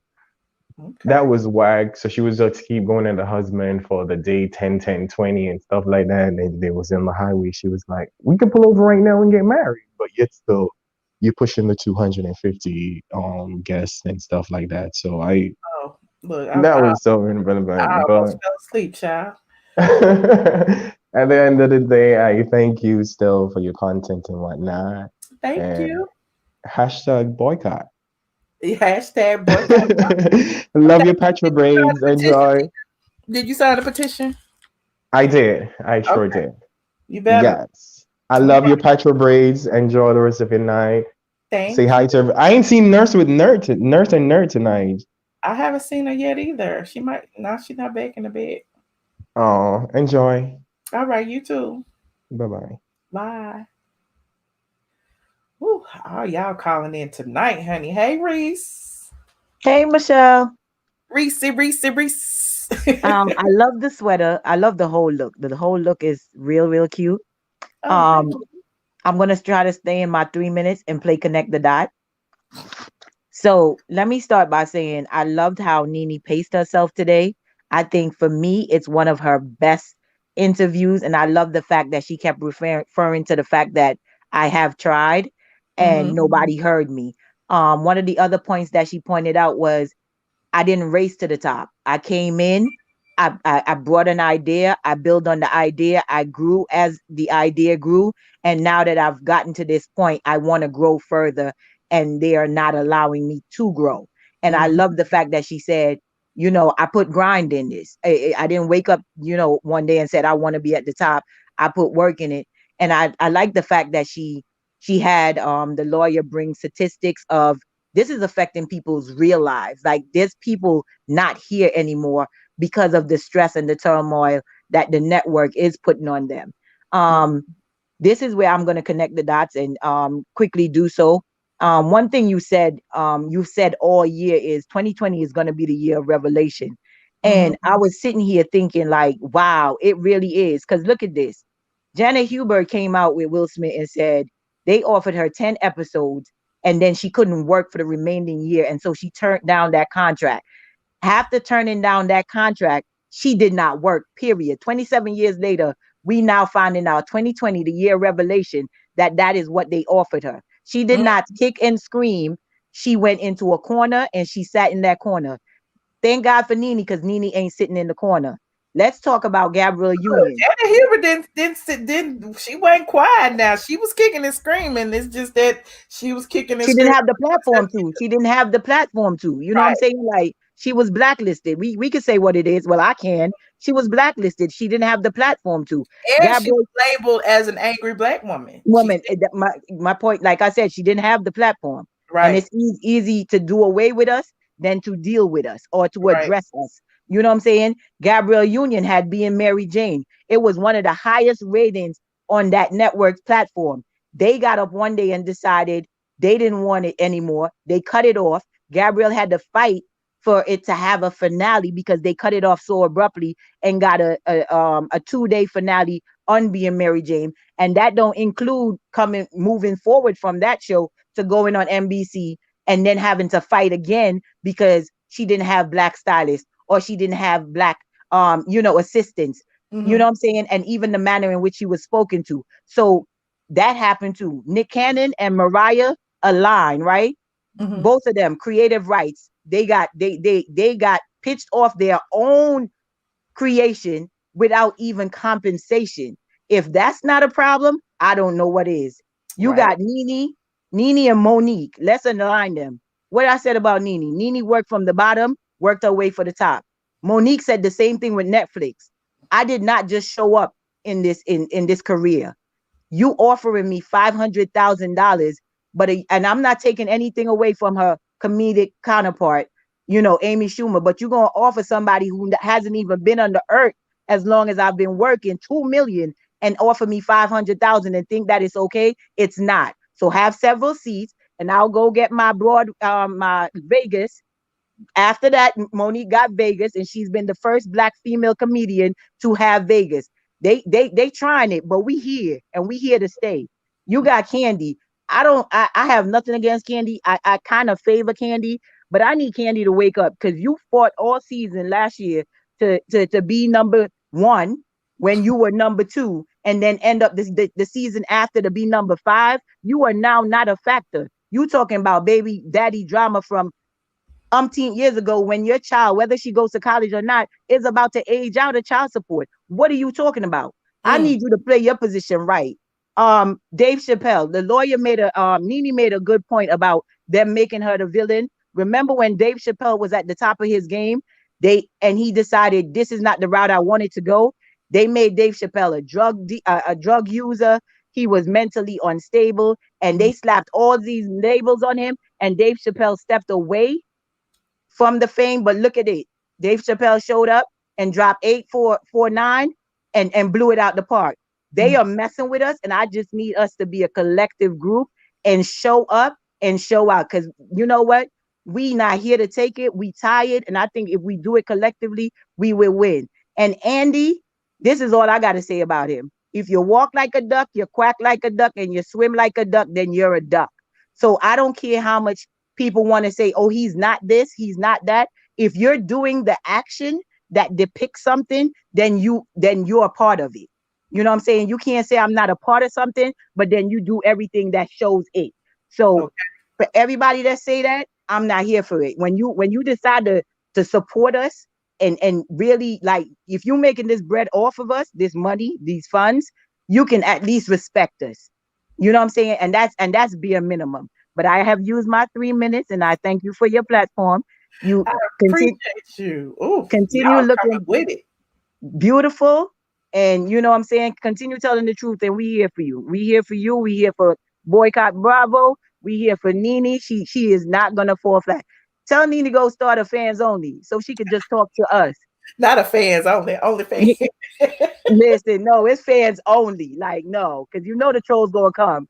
You know they're gonna come pay too. Fans only, because the trolls be fans too. Okay, I tell us not a fans only job. All right. You have a lovely evening. Thank you, Reese. I appreciate you so very much. And happy holidays. Probably the same to you. Be safe. And my ride along.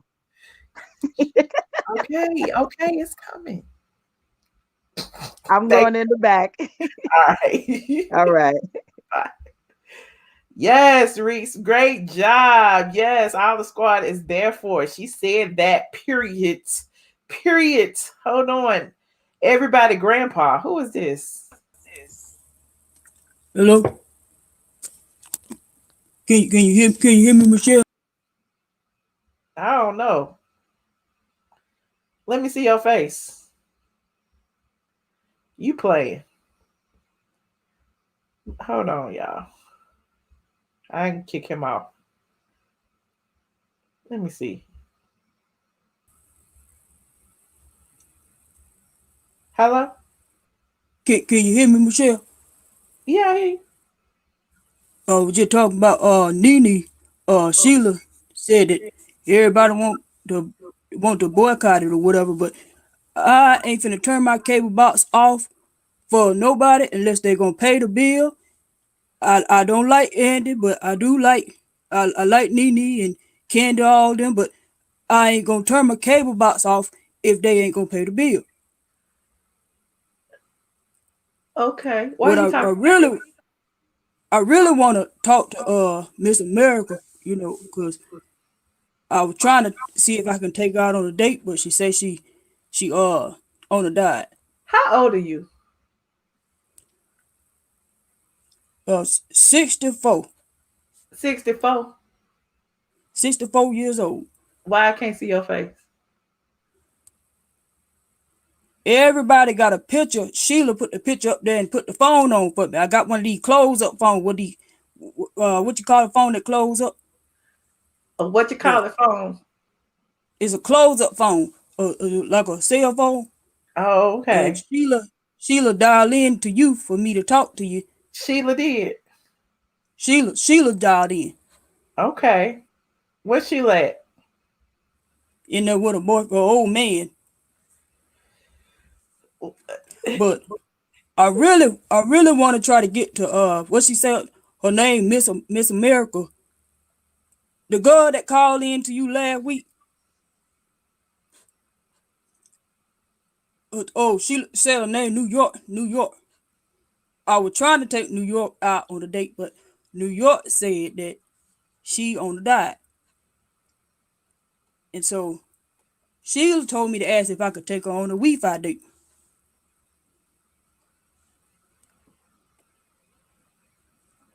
Why you stop still there? talking? I ain't saying that. Oh, I didn't know if you were still holding the line or you had to let it go. I'm waiting for you to finish your sentence. I'm trying to hear this story. Oh, yeah, don't. Well, I don't know if you're holding the line or if you're gonna let the line go, but I really want to talk about everybody saying boycott, but ain't nobody gonna pay the cable box for them. How much the cable box cost? I think we're paying about $60 a month for this cable box. Bye, everybody, Grandpa. Thank you. Well, I'll call in later on if you're still on the line. Where you calling from, Grandpa? I live in Georgia. In Georgia? What part of That Georgia? was it. What part of Georgia I live in? Over in Macon, Georgia. All right. Shout out to Macon. Thank you for calling, Grandpa. All right. I'll call back a little later on. That's okay. What is going on? Thank you, Vanjie, so very much, Vanjie. We was missing you. I'm getting everybody, honey. I'm trying to get everybody. Patricia. Finally. You kept camming me down earlier. I was cammed up. I was going to show my face and everything. Your name is Labuto. Yes, you kept camming me down. I wanted to broach the topic. I wasn't here to I troll. kept turning you down. How I turn you down? Or maybe it was a glitch in the matrix or something. Like you kept camming me down. I'm tired now. I've been waiting all goddamn day. That's because there's so many people on this line. Okay, well, I don't really watch Real Housewives of Atlanta, but wait, first of all, whose school picture you got up here? I don't know. This is a random troll picture I forgot. I just thought I could trick you, but I guess it didn't work. I thought you kept camming me down because you saw my name. No, I see your name. It say Labuto in the bed. Okay. I have a question, and I don't know if this is appropriate because I don't know whether you would answer because you know them. Why don't they use this as an opportunity to start their own platform? Like I just don't get it. Who is they? Nene or whoever. I mean, like this boycott thing. Like, why? Well, I mean, I think there's so many different intricacies involved in Nene's departure from Bravo. As I said in my first spiel when I first came on, Bravo is stopping her bag. People have compared her to Janet Hubert and how she said that she was still under contract for so long and couldn't work. Either she take the crumbs that they were offering her or, not be able to compete in the same field. And it's something similar going on with Nene. I don't know how much of that, is a fact. But there's reasons why she can't go to anywhere else besides NBC and the whatever's under the NBC umbrella. Yeah, but I get what you're saying. But my thing is like, why not just go independent altogether? Like, why not just completely just go independent? Why always depend on Whitey for everything? Like that's the problem I've always had with the Black community. Who you work for, Labuto? Can we work for you? I work for myself. I mean, I may go a month without making anything, and that it's just come from somewhere, a Caucasian somewhere. I beg your pardon?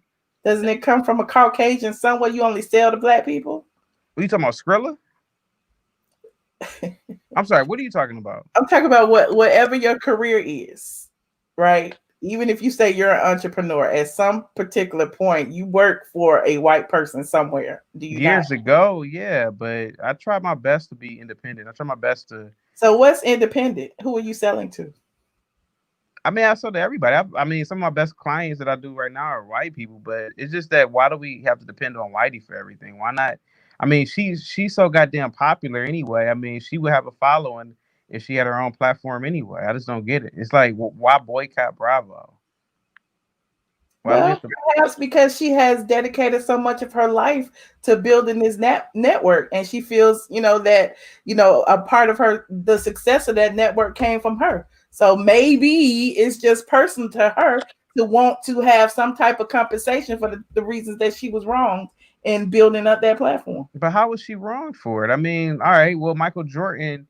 I mean, all right, he was getting underpaid in the 90s, according to how much money the NBA was bringing in revenue. But I mean, it's still their shit though. Like, why do we we're jockeying for position or positioning in their shit. I don't care how hard she worked for Bravo or whatever network. It's their shit.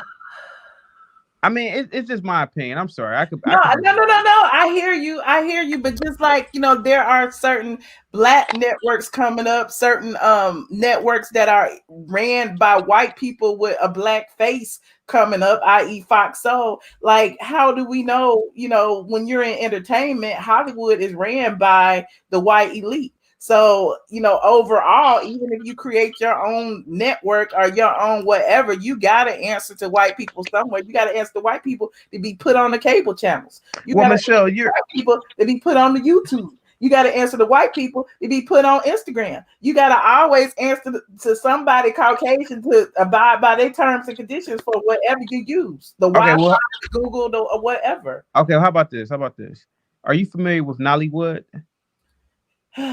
Yes. Okay, why not just go to Nollywood? Those Nigerians are answering any fucking body. Why not answering in their own country? And isn't that kind of what Hollywood is here? Yeah, but it won't be answering to whitey.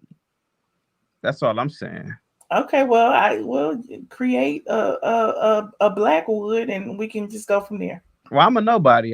She's not gonna come over to my network because I'm not bigger. If you create it, maybe people will come. It's too late for me, man. I'm a nobody. But I see for making us think. I mean, you do get where I'm coming from, but I see. I do understand. Yeah. I do.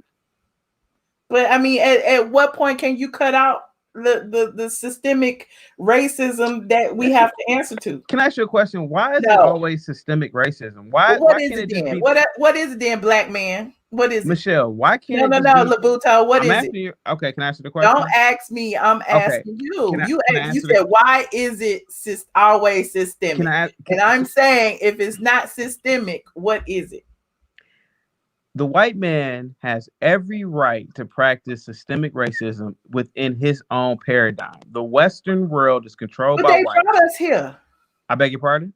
This is our land too now. We here. Weren't you born here? The white man. Where were you born? I'm assuming you were born in America. I was born here. Okay. But what I'm saying is, this is your land too, is it not? I mean, yes, I guess, because I pay taxes on the motherfucker. But what I'm saying is that if whites control the institutions, if they control the media outlets, they could pay Nene whatever they want to pay her. Nene, why don't you just go over to Africa? It's hella fucking. Why don't you go to Africa then? I'm not trying to boycott a major media outlet. Well, we just talked to you. Just said systemic affects you too, black man. Michelle, whether systemic racism affects me or not, I'm not here trying to boycott or complain about it. I know that the white man. Oh, you're not complaining about it. You just go with the status quo. You're just okay with. I'm not okay with anything. It's just the street because you don't you're unarmed and you dark skinned. You okay with all of that? If the white man controls this country, we as black people have every right and freedom to go to our own black ass countries. There are over 70. This is our country, fool. I ain't never lived in no other country. What other country do I need to go to? Michelle, haven't you been to the Black Island? Are you black in a white? Are you really white with a black face on? Michelle, can I ask you a question? No, because I don't want to talk to you no more. I'm gone. You wasting my time. Your 3 minutes is up. All right, bye-bye. Hey, Sinitra. How you doing, Michelle? You look beautiful as usual. I'm fine. I'm tired. I can see he done raised your blood pressure. He just drained all my energy. He did. But we gonna forgive him, and the reason we gonna. But why do we even march? See, that type of black man. Why do we even march for men like him? Why are we out there talking about Black Lives Matter, and this black man right there just questions systemic racism? Why is that? The reason why we do it, sis, is because we can't tell by looking at them who's who, and we never know by looking at them which one is your brother and which one is not your brother, because you know and I know all your skin folk ain't your kinfolk, unfortunately.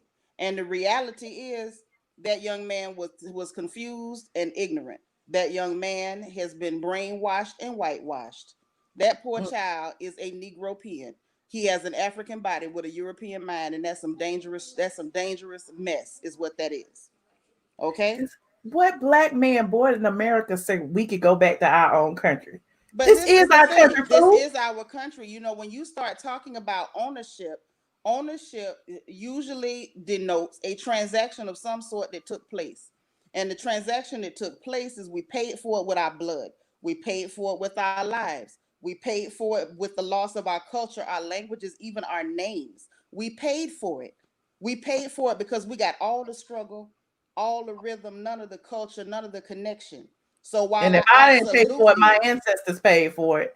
and I the got thing is, spot here. I that's own right. land here. I ain't going nowhere else. But the thing is, the reality is, we have a unique situation in that we have a kinship to Africa. Definitely our folks. I definitely love them. I definitely rep West Africa because I love. That's where we came from. We didn't ask to be here, but we definitely have a connection to this place by blood and by rights. And that's just real. No other black person would be in this country without black American people who suffered, bled, and paid for it. We paid for it with what they can never repay. They can't pay us back for how we tendered payment for our ownership in this place.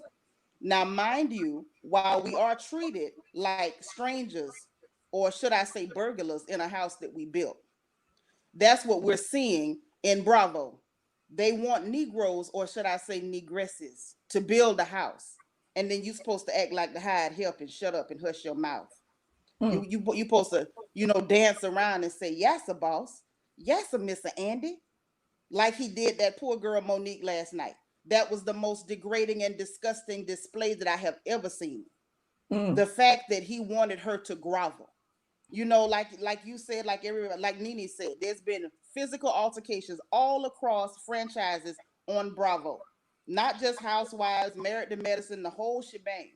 And the one thing that I have noticed for sure, when Teresa Giudice with the no forehead, the heifer with the hairline that meets her eyebrows, she came before Wendy Osefo. When she went to go attack that girl, Danielle, or whoever she was, and she shoved Andy in the chair, I didn't hear Andy preaching about we do not condone violence. I didn't hear him demanding that Teresa break out into tears and declare her remorse. The problem is Andy feels attacked anytime he sees a negress who's not scraping her knuckles and begging to kiss his white behind. That's the bottom line. And that's the truth. That's the truth. In the beginning, he was okay with Nene because Nene fit a stereotype. Bravo likes to cast the black women in stereotypical casts. And when you dare to break the stereotype where they cast you, there's a problem. As long as Nene was fun and loud and extra black and, using double negatives, and, we all do it. I call here sometime and I clown and I use vernacular and whatnot. This is what we do because we do have duality. And whether they like it or not, our dialect is a part of our culture that we had to create here. But in your words, I digress. As long as she fit that character and she played that role, it was okay. As long as Portia continues to be the lovable, ditzy, cute sex pot, it's okay. As long as Cynthia's running around trying to be the ex-model who's just thirsty to marry people, it's okay because they like to say that black women are so desperate for a man because we can't get no man. So as long as you fit into these stereotypical roles, you're okay. But the minute you dare to raise your head up above, there's a problem. What they did to that young lady Monique yesterday, it plucked a nerve. And it plucked a nerve because she dared to raise her head up. And I know you don't watch Potomac, but I'm just going to call it like it is. Andy was excited about Potomac because that finally gave him his house Negro cast. You got lots of high yellow folks with light colored eyes, good blue veins, walking around turning their nose up at all the good darkies. And that's exactly what he wanted. And when that pretty brown girl dared to have some dignity, some strength, not to be begging to be accepted, oh, now we're going to try to put you in your place. We even going to try to talk about your husband's pockets. We're even going to attack the older lady who's here and make derogatory comments about her husband's genitalia on national television because you dared to stick up for the brown-skinned girl. See, what's going on here is something egregious. And what's really going to happen, I said it before and I'm saying it again, Bravo is singing their own swan song. We're watching the Titanic. in real life. This is what we're watching. See, Mariah and Nene are linking up. Now, Andy picked the wrong time to attack this girl. The world is watching. The internet was on fire today about how they gaslighted and lied on that beautiful young woman. And everybody saw your attack against a Black family. You know, Black love is wonderful when it's a theory. When they actually have to see it, it disturbs them. So now the world is watching, Andy. What will you do next? What will you do next? And now now we're saying boycott Bravo, and we have, you know, gentlemen like the young man who called before me talking about we can always go back to Africa. Young man, you could never. You could never. And how dare you? How dare you? Those were Africans that were murdered to pay your ticket here. And you're telling people to go back to a place we never asked to leave. Come on now, darling. That's just tacky. I'm glad you said it. I try to. Plain old tacky. I love you too, baby. But the fact of it is, we have got to stop it. And there's so many of us who have that ignorant mindset. That's where people like Candy Cruz come in. Because as long as they can find at least one of us to hold out and play the house Negro, play Stephen, you know, then they can still live to oppress another day. But if every one of us stood up and simply said no, what will you do? They like us as long as we're entertaining them, as long as we're playing mammies and ratchets. They're tickled. It's entertainment. As long as you're catching and throwing the ball. What did they tell those young men? Shut up and dribble. As long as you're entertaining them, you're okay. But dare to have a thought, dare to pick your head up. And dare to take a knee. Dare to take a knee. They're gonna tell you where to go. Yeah, they're gonna stick all the house Negroes on you. Oh, they're gonna get the Ray Lewises, they're gonna get the Candy Cruzes, they're gonna get the Terry Cruzes. They're gonna go find them all and sick them on you. Good African bodies with European minds, useless as tits on a bull. Wow. And when it comes to the ones that are still on RHOA, I understand you got to protect your check. We've all been there. When we see some stuff on our jobs that we don't like, we've all been there. But look at what they've had. Look at what they're trying to do. It's a whole dog and pony show to replace one queen. Every one of them are trying their best to do a Nene Leakes impression. Everybody went and got some tatas. They all showing them to you. I told you, if y'all don't start watching that show, it's gonna blonde hair, blonde wigs. Yeah, blonde hair, blonde wigs. Cynthia up there trying to wear flowy clothes, and I'm like, Cynthia, don't do it, sugar. This ain't you. But every one of them now, they keep bringing on extra friends to be over the top and ridiculous because they're trying all of this minutia and nonsense that we're looking at is just to try to replace one queen. In my opinion, Nene. While I'm sure she's insulted and hurt because they did insult her, they did injure her. What they did was wrong. You don't take anybody's work product or intellectual property and not compensate them for it. It is unconscionable. It is disgusting. And every one of us should have a problem with it, not just her.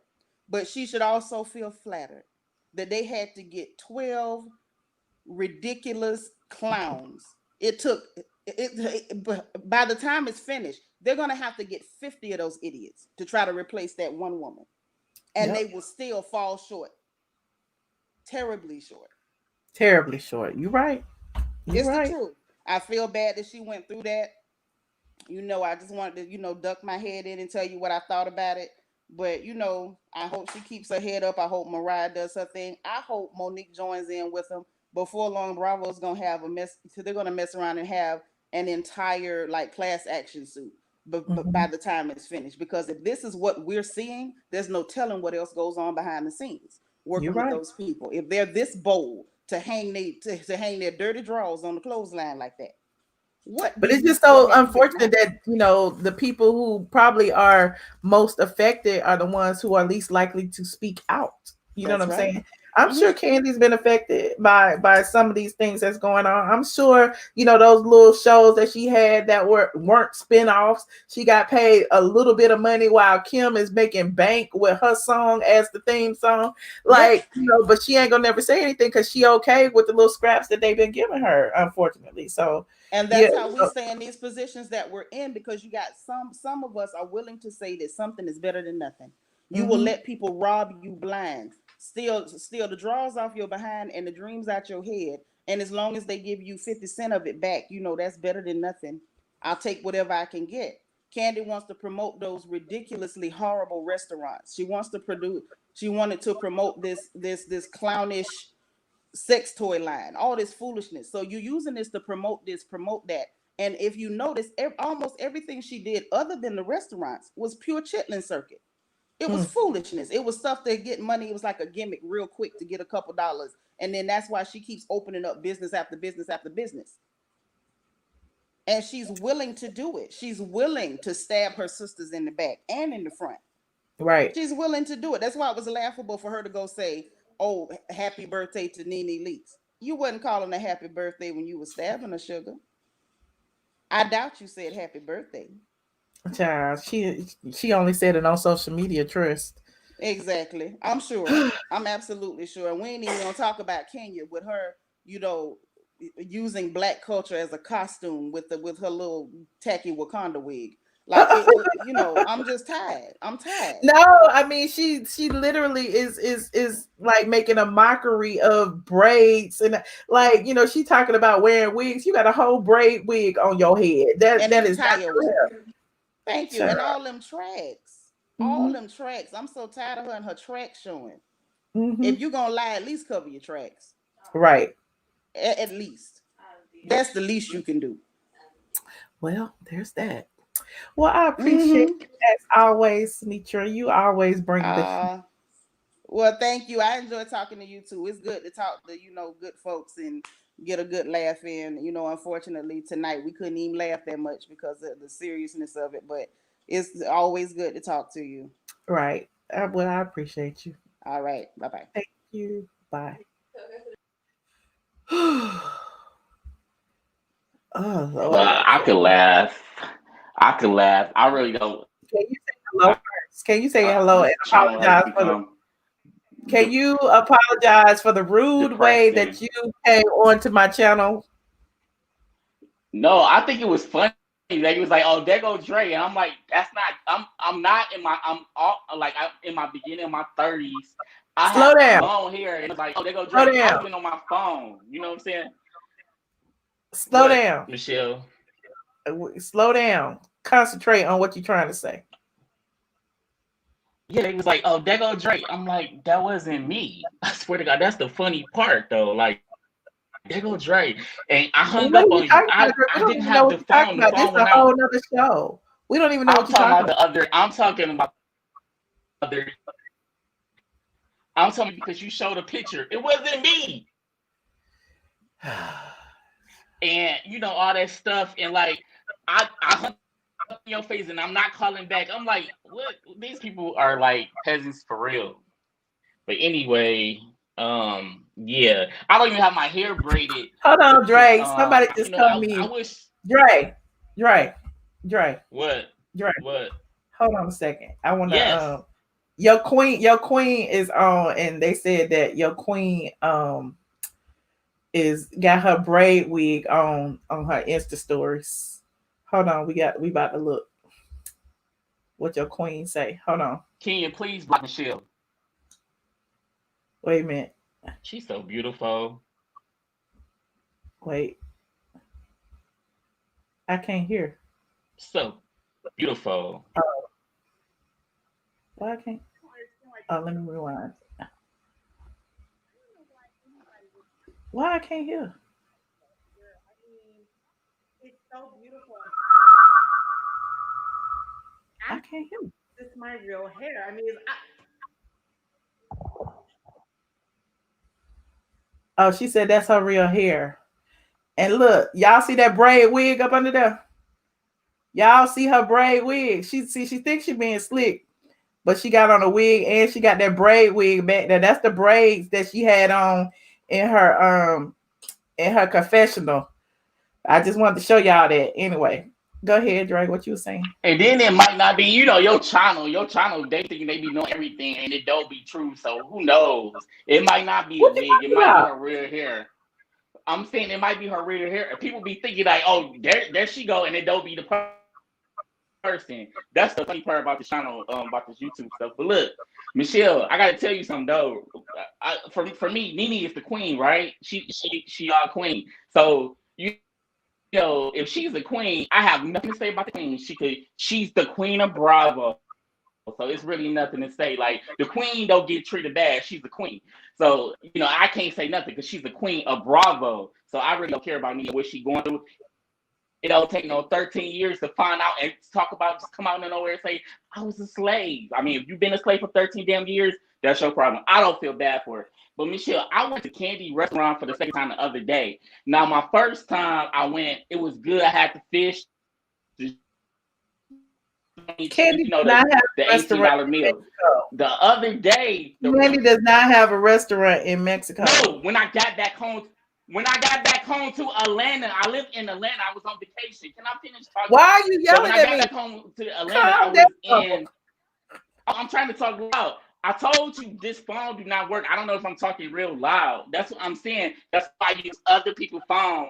If I know that I don't use this phone because this iPhone 12 Pro Max is actually crazy. So I went to Candy restaurant. Is it on Price Street or whatever street? But that was my second time going. The customer service was real good. It was real good. But the food was disgusting. I'm talking about the fish wasn't done. The macaroni and cheese wasn't done. And the greens taste nasty. And the strawberry lemonade that he said he made for me, the waiter, he said they'll have lemonade, but he'll make me a strawberry lemonade. I don't know how he did it, but it tastes like water. So I went in the bathroom, right? You know, people always say I'm in the bathroom. I guess I'm living in the bathroom. I went in the bathroom to fill up. And I looked to my right profile picture. It was Ace and Todd looking at me. But that's the picture that's on the wall at the restaurant. And I just took a picture of it to show you, like, this, you know, when I'm throwing up, like, they was, like, looking dead. The picture, like, right there in the bathroom on that restaurant. It's on Price Street, right? On your profile. Yeah. I was in the bathroom. I was like, let me from Michelle when I got back from Mexico. And if you go to that restaurant, you go in that bathroom, it's both male and female bathrooms, 2 restrooms. That's Ace, Todd putting Ace on the toilet, and it say something about look at me, mom, or mom go away, or something like that. It's in the bathroom at that restaurant. But they food was disgusting though. I ain't never going back. But the first time I went, it was real good. But my blood pressure got high. And I ain't been the same since, though, I swear to God, but, you know, whatever. So I watched the show yesterday. I mean, the show came on yesterday on Bravo at 8 o'clock. And I didn't even, I swear to you, Michelle, it was 9 o'clock. I don't even remember what happened. But I don't know. I might not watch the show. No, I mean, if I ain't busy or something, I might just check it out. But it was pretty whack yesterday. Yeah, I think that they trying to bring Drew on. They want people to like Drew. That's what I believe. Okay. What the hell am I lying about? What am I lying about? If you go to the restaurant, you see the dang old picture. Ain't nobody got to lie. Who am I lying to, peasant? Anyway, like I was saying, yeah, Michelle, all you got to do is go to the restaurant and go in the back. Is it Price Street, Michelle? The little restaurant, not the big one. What street is it? Pryor Street, yes. Pryor, okay, whatever. Why y'all stop talking so loud? Calm down. Calm down. I told you it's my phone. That's why I be using other people's phone. But you don't have to talk so loud, Dre. You don't have to talk so loud. Okay, you talking loud too, Michelle. Okay, can you hear me? So if you go in the bathroom, you go in and you look to the left, and Todd and Ace's picture is right there. Anybody who been to Candy restaurant, can y'all please call to the street on that the little restaurant and tell me if y'all been in that bathroom throwing up after you got high blood pressure from eating that food? You cannot tell me on God that picture is not right there with Todd and Ace staring at you. You cannot tell me that. Anybody who been there should know. In that first bathroom, not the second one, too. But yeah, that's all I had to say. But yeah, that's pretty much it. Okay.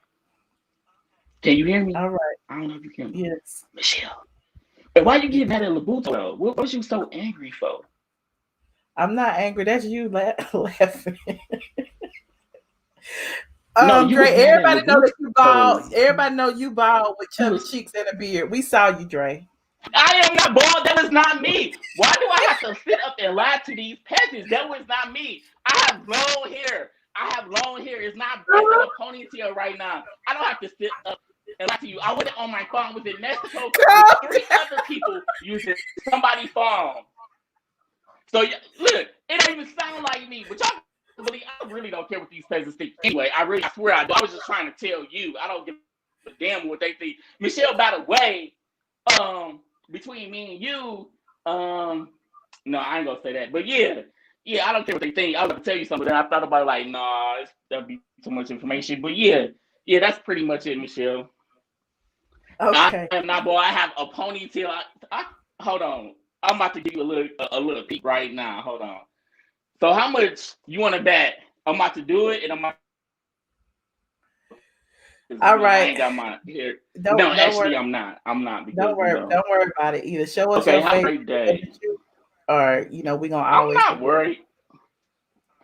All right, Dre. Good night. I don't really.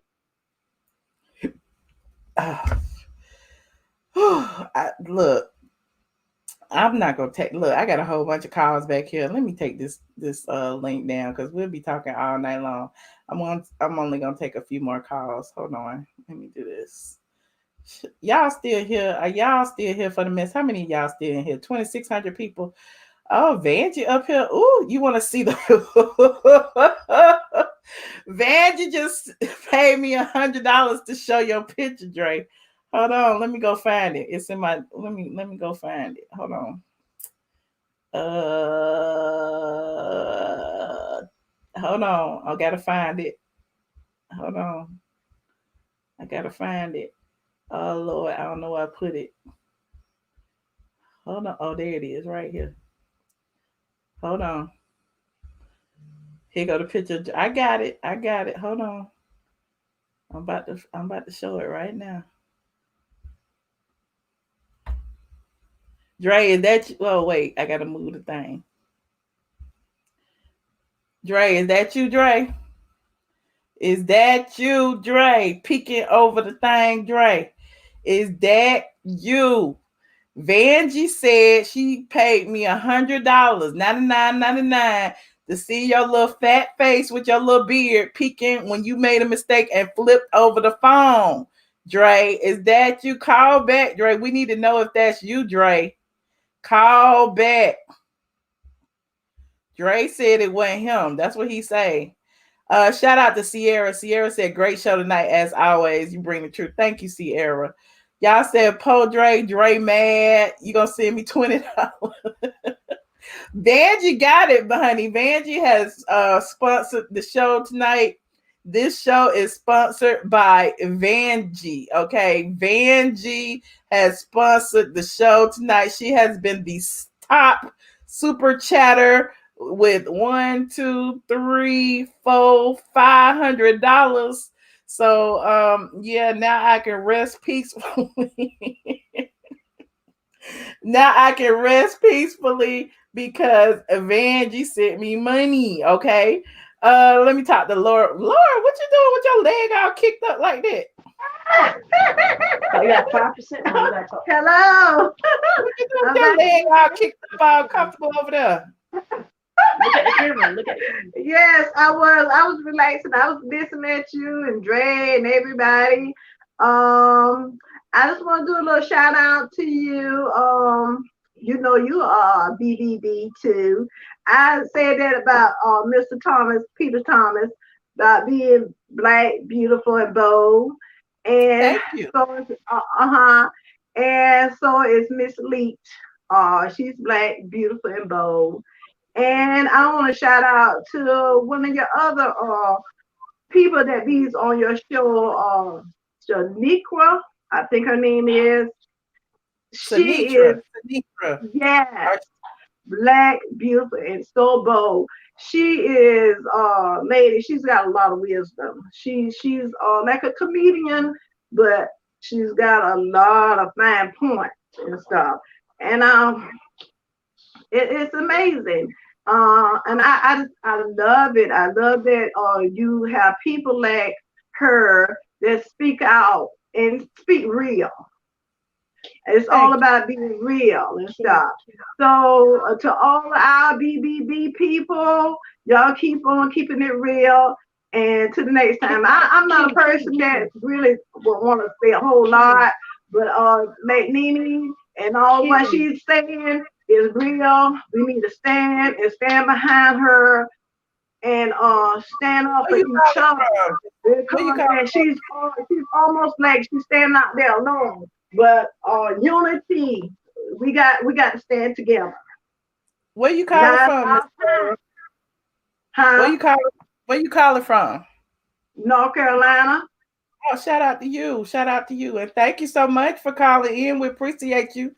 And you stay over there being beautiful too, honey. We see you. All right. And to the next time, okay, baby?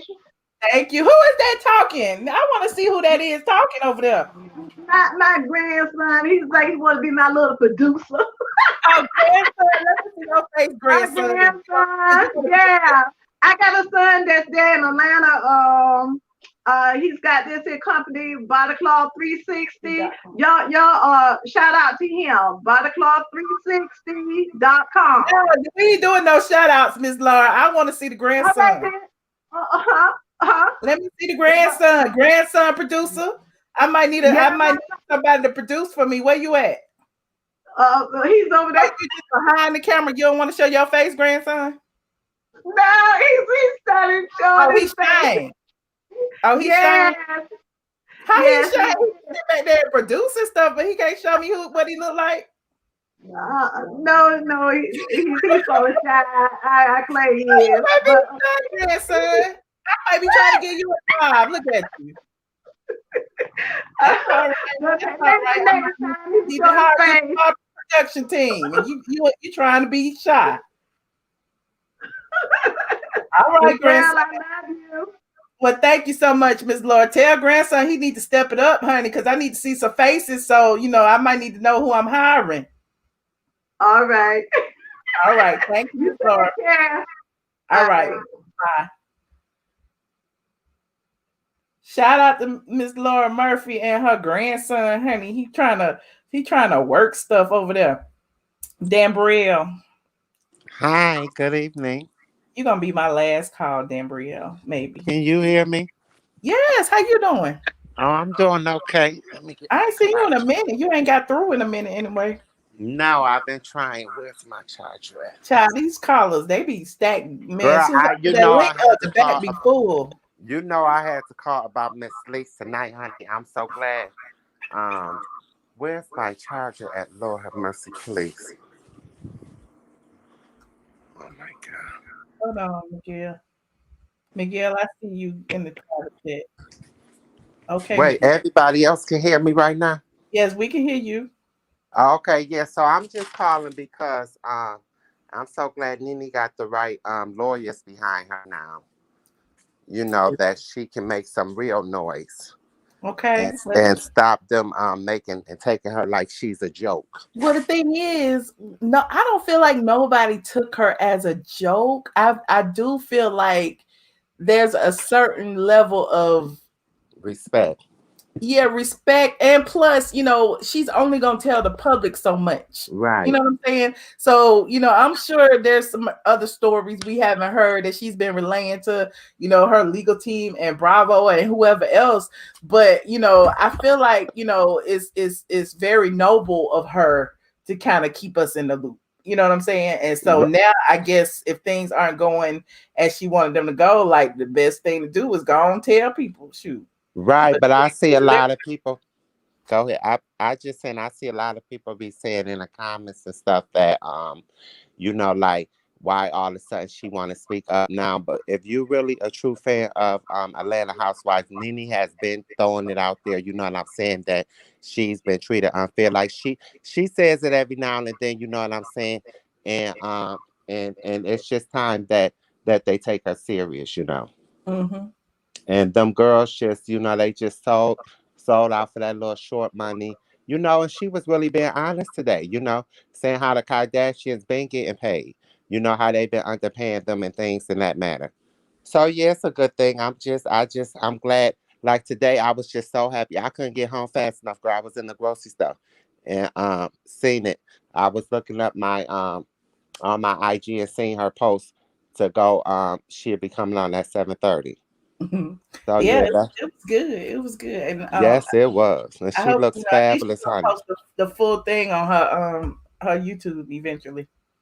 Yeah, she looked fabulous, and yeah, it's a good thing. So that's what I was calling to say, and you know, I knew you was gonna cover it tonight. I seen you in the live too, girl. So yes, Who, me? Why y'all yeah, always talk about y'all see me? Y'all ain't see me. I did see you commenting and stuff. You know, we all was there today, honey. All eyes was on Nene Leakes, Yes, the baby. squad was there. Y'all was in there deep too. Yes, girl, and she got that man behind. I'm so happy she got that lawyer, girl. See, now they know it ain't no game now, baby. Okay, I don't think She they ever mean thought it was a business, game. huh? I don't think they ever thought it was a game, but No, no, I'm just saying, but you know, they were very disrespectful to Nene. Like, it was so disrespectful to where it used to really make me sick in the stomach, you know. Them mm-hmm. girls were disrespectful to her. Andy and Wendy, they just took it to the next level, you know. It was just ridiculous. They was very, very disrespectful to her. And Yeah. she did not deserve that. I don't care what she did. And then you could tell they always saying, like, she was trying to get girl fired. Nene best interest was that show. You know what I'm saying? So Andy would set it up and make it look like Nene was saying, take these girls off, you know, fire them after this season. Andy was the one really making them decisions. Mm-hmm. Okay, because that's what he does. He turns them girls against each other. Because the way he did Monique last night was ungodly, honey. Okay, but Mm. one thing I could tell you, honey, I love what she said, honey, this little check, and I mean, oh, it blew his little hair back. She said, you talk about that little check, honey. That little check don't do nothing but donate to my little business since I be getting started. Okay, Andy said, oh, for real? She said, honey, my husband got it going on, basically. And Miss Giselle, all of them heard it last night. Oh, So, yeah, I'm just calling. I'm sitting back listening. So, thanks for getting on tonight. I appreciate you. Thank you so much, Okay, have Deborah. a good night. Happy holidays. Happy holidays to you too. Thank Okay, you. bye-bye.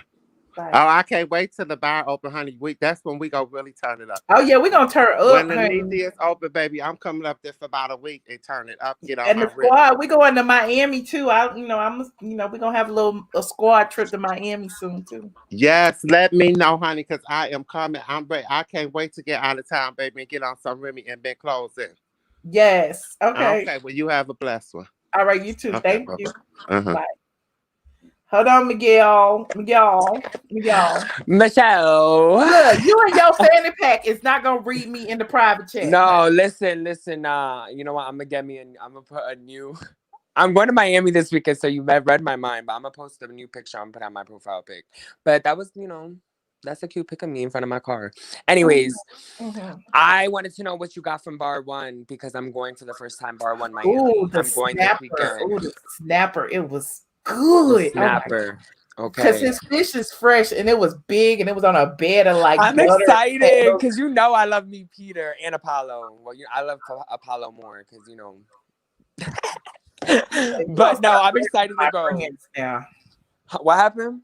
You're gonna stop flirting with my friends. I know. No, I was happy I got to flirt with him a little bit, but he's real cool. He's real cool. But yeah, I'm going to Miami this weekend, but that's not what I had. I did want to know what you ordered because I am going to order that amongst other things because I want to try a little bit of everything. And get a watermelon mojito, honey.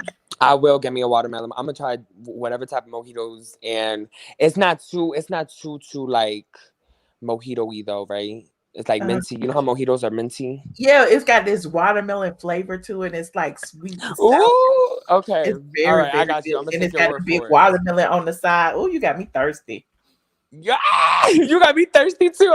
I'm over here packing. But anyways, but I had to say, listen, I'm like you. I'm biased because I have been watching the Real Housewives for since the beginning. So I am gonna continue to watch, but it is sad to see that one girl said it's like the Titanic just slowly going down. And I think obviously because of Nene not being there, she was the queen of that show, and I think that they just ran her out of the show because from what I recall, they kept basically like not coming to agreement while they were already filming, to the point where it was like, okay, she would still be getting a certain amount of money, but she would only be on a certain amount of episodes. So I feel like they knew what they were doing, and she wasn't going to put up with that. And unfortunately, since she didn't play the puppet master that Andy wanted, they were like, we got to get rid of her.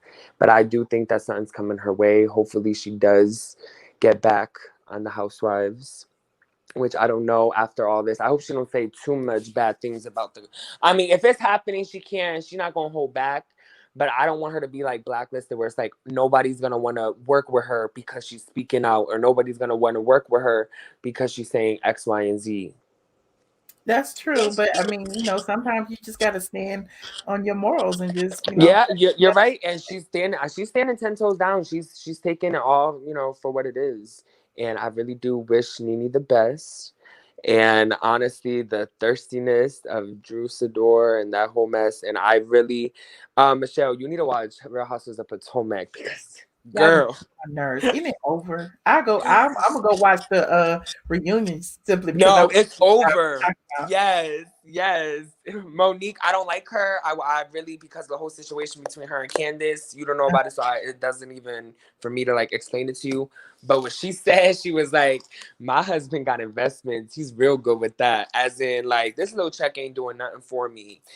Like, because I think he's so used to the women needing this check and needing, because a lot of them, 98.9% of them need the Real Housewives or any type of franchise that they're on to be relevant and to sell their businesses. And people are like, oh yeah, Nene, yeah, of course she needs this show. She built this show.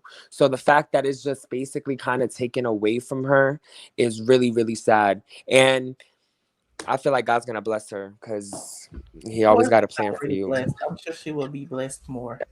So yeah, but like I've been kind of seeing like how she's like been sad, not sad, but kind of like upset. Of course, that's the reaction, and now she's having to deal with this. So it's gonna be a long fight. So she's gonna be a lot of mentally like ups and downs for her during this process. So it's gonna be a lot that she's gonna have to deal with. But I just hope, and you know what, she's strong, so she'll be alright.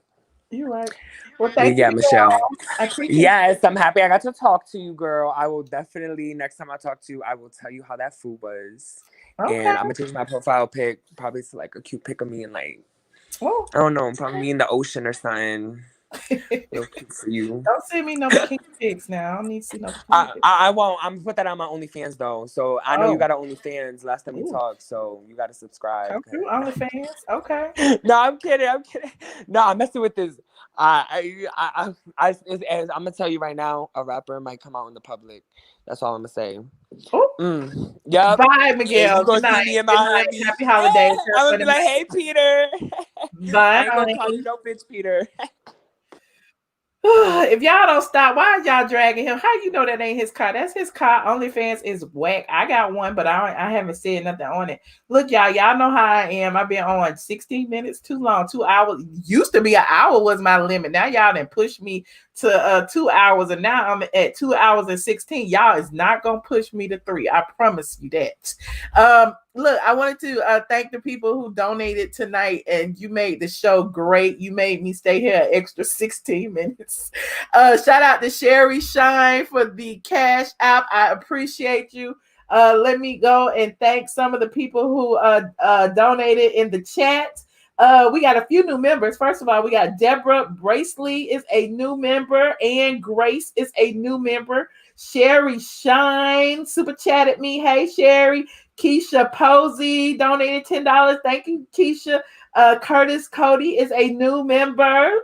Everybody Granddaddy gave me $2 and said, Miss Fake New York, this is for you, Sugarfoot. So Fake New York, I guess I owe you $2. Duck Butter 64 is a new member. Morgan Morones donated. Thank you. The Original Mermaid is a new member, level 2. Shout out to Original Mermaid. Tika, shout out to Tika for sending me a super sticker. Morgan Maroney sent me another super chat. I'm saying DT, but you know it's these characters. I don't know Japanese. It said yes, Andy is a racist that rewards bad behavior, and that's why KKK Kim and Skinya's 22 inches of split ends more get rewarded on the show. Love DT. Thank you so much over there in New Zealand. Latoya Barze is a new member. Latasha Pugh Sales, New Jersey is a new member. Hey, Miguel. I just talked to Miguel and his fanny pack, honey. He said StreamYard kept kicking him out, but he got back in. Vanjie, honey. Vanjie came through for me, honey. Vanjie bought me a whole bunch of Christmas gifts. She donated $99.99 to go another $99.99. Talk about say my name. Say my name. Say my name. Vanjie. Ooh, Vanjie. Vanjie said another $99.99 and said, I'm on radiation. Thank you for asking. Love to see you guys. Vanjie, we love you. We appreciate you so very much for always supporting the platform. She sent another $99.99 and said, love you, Sinitra. Preach it. Okay, shout out to Vanjie. I keep saying your name, honey.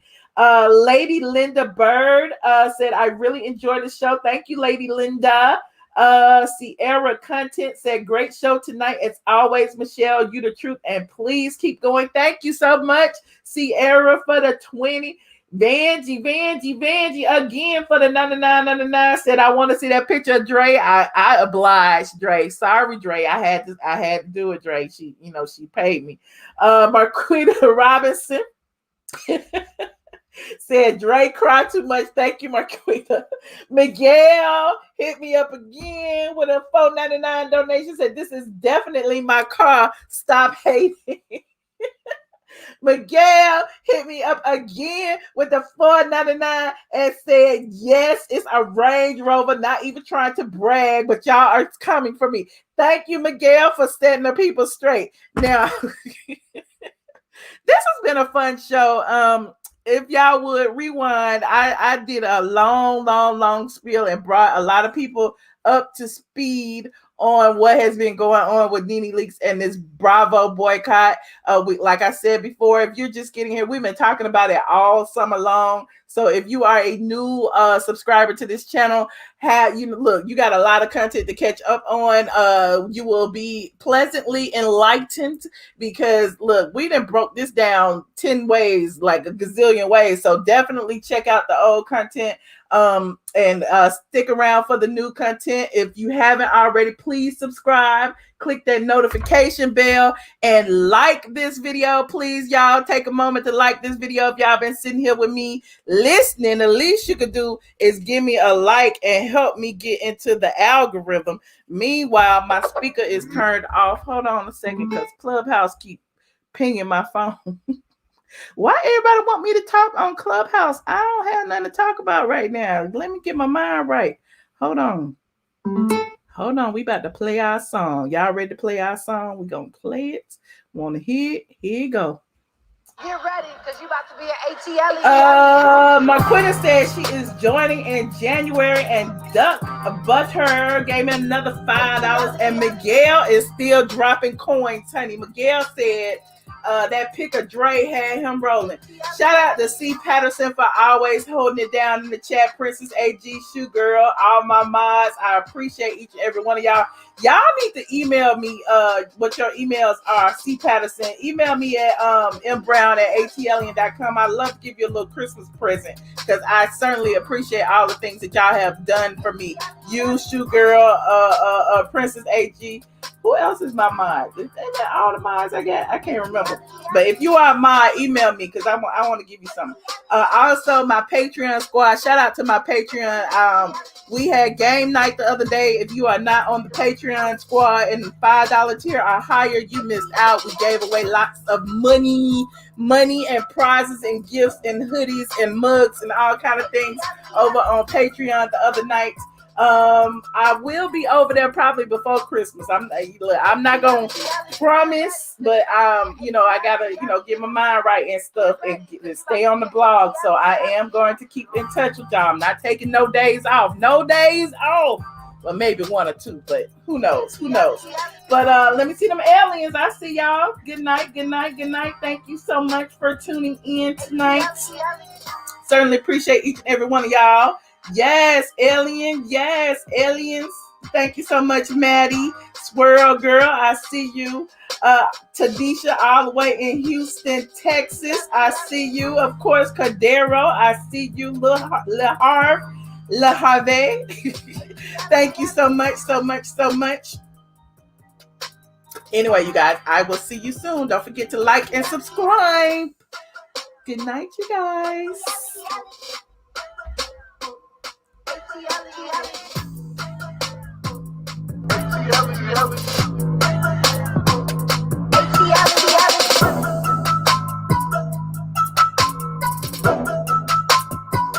ATLien.